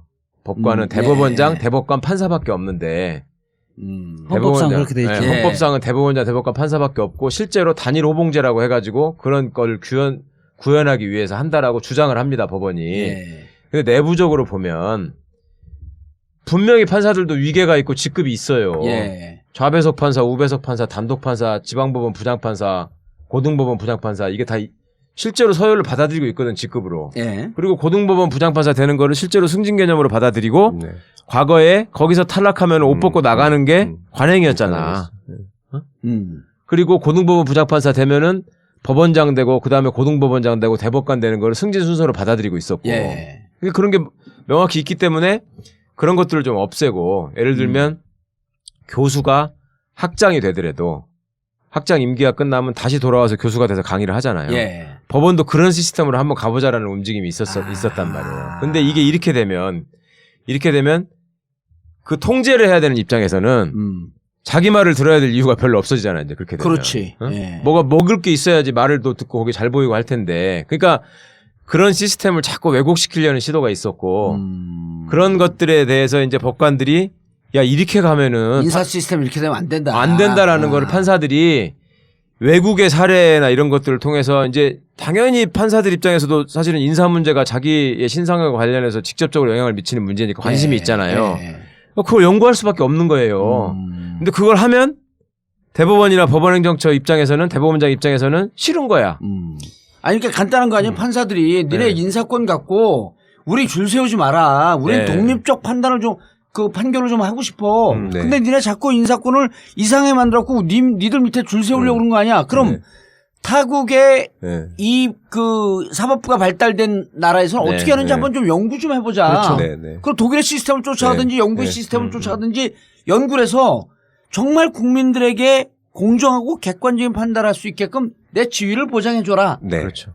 이런 쪽으로 가고 싶어 하는 거 아니에요. 네. 그래서 그런 근데 거 양승태 연구를 아저씨는 했는데. 똥을 싸고 있네 이것들이. 근데 실제로는 제일 끔찍한 얘기가 뭐냐면 법원에 좋은 자리가 있다. 예. 이게 사실은 말은 안 되죠. 정말 말이 안 되는 소리거든요. 실제로 좋은 자리는 없습니다. 네. 그러니까 어디 가나 판사들은 똑같이 하나하나의 헌법기관으로서 지 헌법 법률과 양심에 따라서 공정하고 독립적으로 판단을 해야 되잖아요. 그러니까 사실 하는 일이 똑같은 거야 원래는 어딜 가든. 그렇죠. 근데 솔직히 말해서 좋은 자리가 있잖아. 그러니까 그 좋은 법원 자리라고 행정처 하는 같은 것이 경우도 사실은 판사가 판결을 하는 것이 보편적인 일이잖아요. 행정을 하는 걸 원래 싫어해야 되거든요. 법원 행정처 차장 같은 경우는 대법관 차기 대법관으로 항상 되어왔죠. 90% 정도 되는 거지. 되어왔고 법원 행정처에 근무했던 사람들은 평생 엘리트 코스로 가게 돼 있단 말이에요. 근데 법원 행정처에서 하는 일이 뭐냐면 국회의원들하고 같이 이렇게 골프 치러 다니고 입법 로비를 하고 그다음에 거기 가서 예산 받으러 예산하고 다니고 정치하는 거거든. 판사들은 원래 그거 싫어해야 되는데 법원 행정처에 들어가잖아요. 평생이 보장돼 있고 엘리트 코스로 간다는 게 이게 불행한 거죠. 절에서 도 닦지 않고 도 닦는 사람들은 계속 외곽으로 돌고 행정보는 이판사판 우리 이야기 하잖아요. 행정보는 승려들은 출세길로 가고 그거네. 그럼요. 그럼 방법이 있어. 판사들을 다 대가리 깎아버리면 돼. 아니, 그러니까 이렇게 생각하시면 돼요. 교수나 교사들한테 당신 강의하지 말고 행정만 봐라. 그래야지 출세해야 돼. 그럼 총장 된다. 저 학생증 발부하고 애들 저 등록금 고지서 띄워주고 그런 거 해라. 그리고 어떻게 하든지 등록금을 올릴 준비 그 계획을 짜고. 그렇죠. 교육부 갖고 예산 따오고 그런 것만 하면 당신 총장 된다. 그럼 그런 거를 되게 우리가 일반적으로 생각할 때 내가 사람한테 물어봤어. 판사들한테 행정처 발령난 판사가 유능한 판사일 것 같습니까? 아닐 것 같은 판사입니까? 그러면은 행정처가 뭐 하는 데냐고 물어봐. 판사가? 아니 일반 시민들한테 강연을 하면서 네. 그러면 행정처는 학교 다니실 때 보면 서무과 같은 데입니다. 이렇게 얘기를 해줘. 그러면 시민들의 응답이 아이 그럼 당연히 거기 가는 거 싫어하겠죠. 이렇게 얘기한단 말이에요. 그런데 불행하게도 판사들은 거기 가는 걸 좋아하는 친구들이 많았었어요. 왜냐하면 그게 출세의 길이니까. 출세의 길이라고 생각해서. 대법관 되고 고등법원장 되고. 그렇죠. 그리고 또 그거보다 더 끔찍한 건 뭐냐면 똑같이 공정하게 재판하는 재판부는 다 똑같이 독립돼 있잖아요. 그런데 승진 코스인 자리가 생겨버렸어. 예를 들면 서울중앙지방법원의 형사합의부장. 합의 21부, 22부, 23부. 그 다음에 영장 전담 부장 판사. 행정법원 부장. 그죠? 그 다음에 서울중앙지법원의 영장 전담 부장. 법조인들은 짬밥이 19년 되는데. 법조인들은 심지어 대법관 되는 자리도 정해져 있고 아까 말한 것처럼 법원행정처 차장을 하면 90% 이상으로 대법관이 되고요. 확률로. 서울 중앙지방법원의 영장전담 부장판사를 하면 고등부장으로 승진하는데 여태까지 딱 한 명 떨어졌어. 한 명 내 친구. 다 됐다는 거예요. 단독판사 영장 단독을 한 친구는 한 명 떨어진 애가 있는데 걔는 내년에나 될 수 있는데 하여튼 그렇게 해서 영장전담 부장판사는 다 고등법원장이 되는 거야. 고등부장이 되는 거야. 고등부장. 그러면 자기가 소위 말해서 그거를 승진이나 출세 개념으로 받아들이고 그런 자리에 가고 싶어 하는 사람들은 그 사전보직으로 거기 가기를 원할 거 아닙니까? 그렇죠? 근데 그 원하는 자리에다 집어넣는 자리가 왜 가정법원이나 민사부는 아니고 왜 특허법원은 아니고 왜 형사부나 영장 전담이 되느냐 왜 행정법원이 되느냐를 생각해 봐야 돼요. 그게 말하자면 권력과 밀접한 재판을 하는 부서잖아요. 재판을 하고 그러면은 대법원장이 야 너 이거 이렇게 저렇게 해라고 하는 그 얘기를 들을 수밖에 없는 자리. 굳이 얘기하지 않아도 그 자리에 있으면 그 시스템을 만들어버리는 이거는 거예요. 나머지 판사들은 인간이고 네. 그 지금 출세하는 자리에 있는 거는 위에서 명령을 주는 것을 그대로 받아서 짓거나 물거나 하는 개 같은 판사네. 아니 뭐 내부에서는 귀족이 된 건데 또 희한한 것이 법원행정처를 거쳐 가야지 간 선수들을 또 그 자리에 보내는 거예요. 중앙지법원의 형사합의부장, 영장전담 판사 이런 걸 보내니까 네. 그러면 당연히 이게 코스가 되잖아요. 그러니까 지금 이번에 판사들이 그런 제도 하지 말자. 그러니까 라고 하면서 연구를 좀 좀 후지다고 생각한 거죠. 우리가 너무 그런 국제인이다. 우리가 이제 이걸 한 데가 국제인권법 연구회지 않습니까? 예. 그러니까 국제적인 기준들을 보고 이제 보다 보니까 이게 약간 좀 후지지 않느냐 이런 식의 1600만 촛불을 든 자랑스러운 민주공화국에서 이게 좀 쪽팔리는 짓이다. 이런 거 하지 말자. 하니까 누군가가 니네 그런 거 활동하지 마. 법원행정처 차장이 그 부분을 어떤 조치를 했죠? 그게? 사찰을 한 거예요. 아직은 일종의. 밝혀지지 않았습니다. 근데 그 지금 의혹 제기된 거는 법원행정 지금 이제 그 사직을 재임용 처리해서 사직을 하신 걸로 알고 있는데 그분이 그 심의관으로 다시 그러니까 법원행정처의 인사발령을 받은 그 사람한테 그 판사한테 A 심의관이라는 사람한테 니네 그분이 국제인권법 연구회 소속인데 니네 그 활동 하지 말고 축소시키고 적극적으로 하지 마라. 그런 지시를 했다는 의혹이 지금 뭐 예산도 뭐 줄이겠다 뭐 이런 이야기도 했다는 그 일이 그러니까 판사들이 이제 문제 제기를 하게 된 이유가 그 일이 일어나기 전 그러니까 심의관한테 지시를 했다 부당한 지시를 했다라는 그 사실관계가 있기 직전에 아까 말씀드렸지만 국제인권법 연구회가 행정처에서 예산을 지원받는 단체라고 공부하는 학술 모임이라고 말씀드렸잖아요. 근데 그 예산 지원과 관련돼서 그런 연구회에 중복가입돼 있는 경우에 중복가입을 허용하지 않고 중복가입을 하지 않고 그냥 한 단체에만 들어가라라는 그렇게 하도록 하자라는 공지가 있었어요. 그게 어떤 의미를 갖냐면 국제인권법 연구회가 제일 나중에 생겼거든요. 그러니까 다른 그 판사들이 다른 학회 모임에도 있고 국제인권법 연구회도 이중세 때 있는데 국제인권법 연구회에서 좀 탈퇴해라. 라는 아니 좀 쉽게 얘기해요. 라는 거를 들은 어려워 거죠. 죽겠네. 그렇게 권했다라고 하는 의혹이 있었는데 때마침 이런 일까지 심의관이 벌어지니까 왔는데 야 심의관 너 이 심의관 좋은 자리 아니야. 너 출세하려면 그 국제인권 이제 조금 과장해서 얘기하면 국제인권법 연구회의 활동을 좀 줄여. 그리고 주제도 좀 바꿔. 너 적극적으로 활동하지 마. 그러니까 심의관이 이 양반이 지금 뭔 얘기야. 나 원래 자료 돌려보내줘. 나 수원지법으로 다시 갈래. 수원지법은 아닙니다. 수원이는 아니야. 나 도찐 개치지 뭐지. 나 원래 돌아갈래. 그러니까 또 돌려보낸 거야. 백도로 시킨 거야. 그러면 다른 판사들이 이게 뭐지? 그렇게 된 거죠. 출세 자리 갔다가 왜 돌아왔지? 그리고 파고 들어가 봤더니 법원행정차장이 국제인권법 학회를 축소하려고 하는 시도를 한 의혹이 있었다.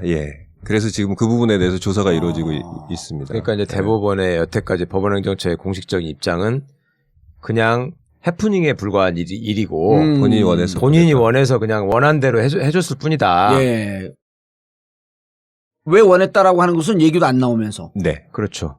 그건 설명하지 않은 개인적인 사유다라고 처음에 얘기했었던 것 같습니다. 본인이 얘기를 해버리면 되잖아. 그 심사관인가 심의관이. 그 지금 그 조사를 하고 있어서 얘기가 곧 밝혀지지 않을까 그래서 싶어요. 임종원 법원행정처 차장이 뭐 사실 근거 없는 거면 그 사직을 제출 안 하거든요. 긴급하게 사직은 제출하고 봉합하려고 그랬죠. 그리고 뭐? 사직원을 진짜 봉합하려? 봉합하려고 했다. 그러니까 사표 봉합하려고 그랬단 말이에요. 그리고 이게 근거가 없다면 이인복 전 대법관이 지금 위원장으로 해서 진상조사위원회 꾸렸잖아, 대법원에서. 이게 뭐, 해프닝 정도면 진상조사위원회가 꾸리지도 않아요. 그렇죠. 자, 그 차장이 임종헌 차장이 해프닝인데 어쨌든 내가 이 문제 내가 여기에 약간의 책임이 있을 수 있으니까 사표를 내고 자기가 몽땅 뒤집어 쓰고 나간 거야. 아니 뭐 그렇게 얘기하지는 않았어요. 내가 네. 치욕스러워서 재임용 신청을 하지 않겠다. 네. 법관들은 판사들은 10년 단위로 재임용이 되잖아요. 네. 근데 이 양반이 이번에 30년이 찼어.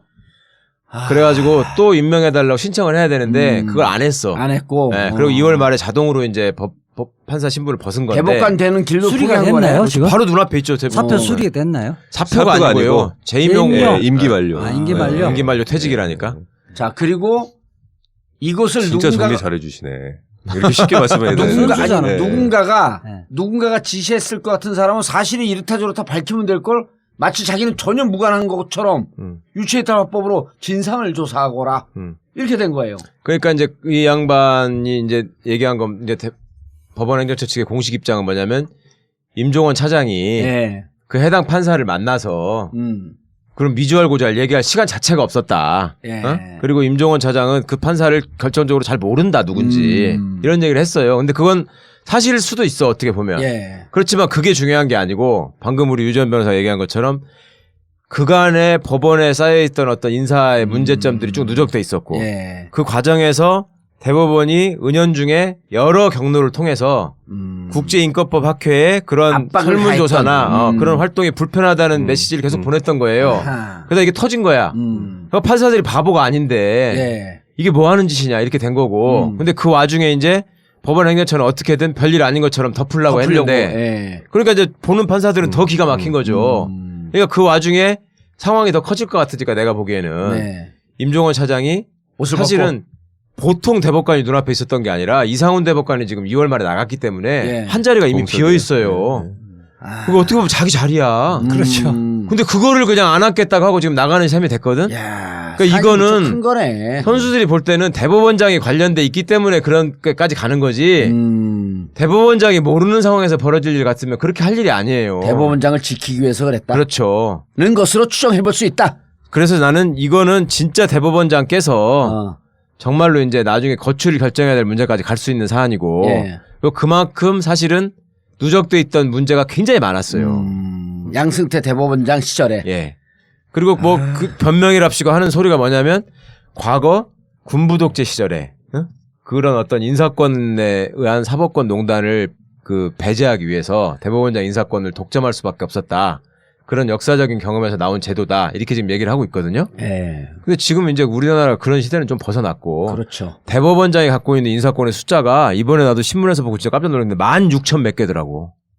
대법원장이 갖고 있는 혼자서 갖고 있는 인사권이. 그러니까 판사 3,000명, 법원 공무원 13,000명. 와. 그럼 16,000건이야? 그다음 국가기관에 헌법재판관 추천하는 것부터 시작해가지고 3인 지명권이 있어요. 대법관도 자기가 다 제청할 수 있고. 방송통신 국가인권위원회 3명, 인권위원회. 중앙선거관리위원회 위원 3명. 그렇죠. 그럼 총 몇 명? 16,003명이야? 별게 다 있어. 무슨 뭐 세월호 투기 같은 거 만들어줘도 거기 대법원장이 추천하는 게 또 하나씩 끼어들어. 그런데 물론 이 사실관계는 지금 조사가 돼서 철저히 밝혀가지고 책임자들의 응당 책임을 물어야 된다고 저는 생각을 하는데 그거와 별도로 정말 이 설문 결과는 정말 충격적입니다. 89%에 달하는 판사들이 인사권이 그러니까 자기 판결 결과에 따라서 주무시면 안 되고. 그러니까 소심 판결을 못 한다는 거 아니에요. 88%가. 이거는 아무리 대법원장님께서 잘 오셨다고 하더라도 이런 결과가 나왔다고 한다면 이거는 뭔가 정말 이게 만약 외국에서 정말 이 판사들이 10%만 이런 생각을 하고 있다라고 해도 그건 굉장히 큰 일이거든요. 판사가 저는 독립관청이 그로서 생명이 없으면 봉급쟁이가 되거든요. 그렇죠. 그리고 시대가 바뀌면 새로운 판결을 해야 되고요. 그러니까 국가보안법 같은 경우에 지금 반세기가 지났는데 동일한 판결을 계속 하잖아요. 세상은 많이 바뀌었는데도. 그러니까 판례에 사회는 바뀌었는데 판례는 변동이 없는 것은 이렇게 돼 있기 때문에 눈치 보니까 소심 판결을 못 하는 거예요. 그리고 양승태 대법원장 시절에 들어가지고 과거와 달리 법관을 과감하게 징계하고 그러니까 저 대법원 판결을 비판하거나 상급심 판결을 비판한 법관을 과감하게 징계하고 재임용 그다음 재임용을 탈락시켜버리고 서기호처럼 이런 일이 실제로 벌어지니까 법원에 몸담고 있는 선수들은 눈치를 볼 수밖에 없죠. 그리고 태생이 또 판사라는 직업을 택한 선수들이 그렇게 또 배짱이 크고 이런 게 아니야. 원래 모범생 컴플렉스가 있어가지고 소심하거든. 그러니까 고통자기가 너무 좋지. 자, 그럼 결론 어떻게 맺어야 되는 거야? 저는 법원 행정처 예. 기본적으로는 해체해야 한다고 보고요. 그다음에 그럼 행정은 누가? 대법관들의 인사권을 이번에 나온 얘기, 죄송합니다. 네, 말씀 네. 끊었고 이번에 뭐 그 미국의 사례에서는 직원분들이에요. 네, 직원분들이 그 판사들이 가서 하는 게 아니고? 예, 판사는 한 분도 없고 어허. 직원들이 하고 그 이제 외국 그래서 이번에 연구를 한 거죠. 왜 가령 외국들은 어떻게 하고 있느냐. 그 직원들이 행정을 예. 전담하는 직원들만 두고 예. 그들이 그렇게, 인사권에 개입하지 않게끔 예, 하면 그렇게 하는 방안도 있고 뭐 여러 가지 방안이 있을 수 있을 것 같아요. 예. 뭐 어떤 업무는 그 판사 심의관을 그대로 두는 예. 업무도 필요할 수 있으면 아니, 그것도 그러니까 두는 것도 양승태 필요하고. 대법원장은 뭐든지 야단을 좀 한번 쳐줘야 될 거 아니야. 제일 나는 좀 그 외부에 좀 알리고 싶은 해프닝이 뭐냐면요. 예. 양승태 대법원장이 진짜 좀 정신을 차리셔야 된다고 생각하는 게 그 양반 취임하고 나서 등산 좋아한다고 예. 처음에는 행정처 간부들 데리고 등산을 다녔어요. 예. 그러다 나중에는 이제 법원에 가서 소통을 하겠다고 각 지방법원을 방문해가지고 등산을 한 거야 주말에. 예. 네? 그러면 이제 판사들 마시네. 아유. 다 등산 다 좋아합니까?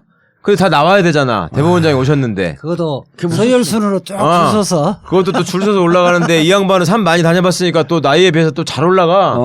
근데 맨날 일만 하던 젊은 선수들이 또 못 따라가. 그럼 그것도 죽겠는데 끝나고 나면 또 그냥 갑니까? 막걸리 한 잔 먹으면서 하고 뭐라도 또 싶은 얘기 먹어야 하던데. 되고. 또 돌리면 그 산에 서열순으로 또 올라가면 마셔야지. 또 그냥 가나요? 직원들이 또 다 또 막걸리네 뭐래 또 짊어지고 올라가서 거기서 또 풀어놓고 이렇게 하고 한 것도 쪽팔린 일인데 그걸 자기는 잘했다고 그러고 자기는 소통했다 그러고. 갔다 오면은 또 그러니까 박근혜 대통령 잘했네. 왜 자꾸만 산에 올라가는 거 사찰했나 했더니 산에 잘못 올라가고 있으니까 사찰한 거네. 아이고 이게 또 저 우스운 일이 많다니까. 그래야 갔다 오면은 또 일부 또 진짜 감동한 판사들이 예를 들면 대법원장님 만나서 좋았고 글을 써. 글을 써 내부 게시판에. 그러면 이게 다음부터는 또 다음에 가는 데서는 한 명이라도 또 안 쓰면 또 안 되는 거야. 다 써. 다 그렇잖아. 그러면서 막 점점 이 강도가 막 더 오그라지게 막 이런 글들이 올라오고. 우리 그 사법연수원들 모임 가면 그 판사가 지도교수면 판사가 나오면 100% 나와요. 근데 판사가 안 나오면 거의 안 모여. 무슨 의도인지. 그 뭐냐면 나중에 판사 재판할 때 영향이 지금 판사가 지도교수가 연수원의 지도교수 현재 지금 지도교수가 판사가 있잖아요. 판사가 그날 사법연수원 모임에 나온다고 하면 만사를 제쳐놓고 나오는 거예요. 그럼 눈두장딱 지키고 잘 보여야 되니까. 연 때문에 그런 거 아니야. 네. 예. 그러니까 저는 이 원래 삼심 제도가 있는 것은 독립관청을 전제로 했을 때가 의미가 있는 거잖아요. 예. 지금처럼 일렬로 줄 세워버리면 삼심이 의미가 없어요. 행정심판을 계속 하는 거하고 똑같은 거예요. 알겠습니다. 정권이 교체되면 이거 그 사법개혁의 중요한 핵이겠네 이게. 뭐 정권 교체랑 상관없이 이 문제는 그 해결을 해야 된다고 봐요. 그러니까 국제적 기준에 많이 떨어졌다라는 게 이번 설문조사 조사 결과에서도 결과니까. 나오고 있으니까요.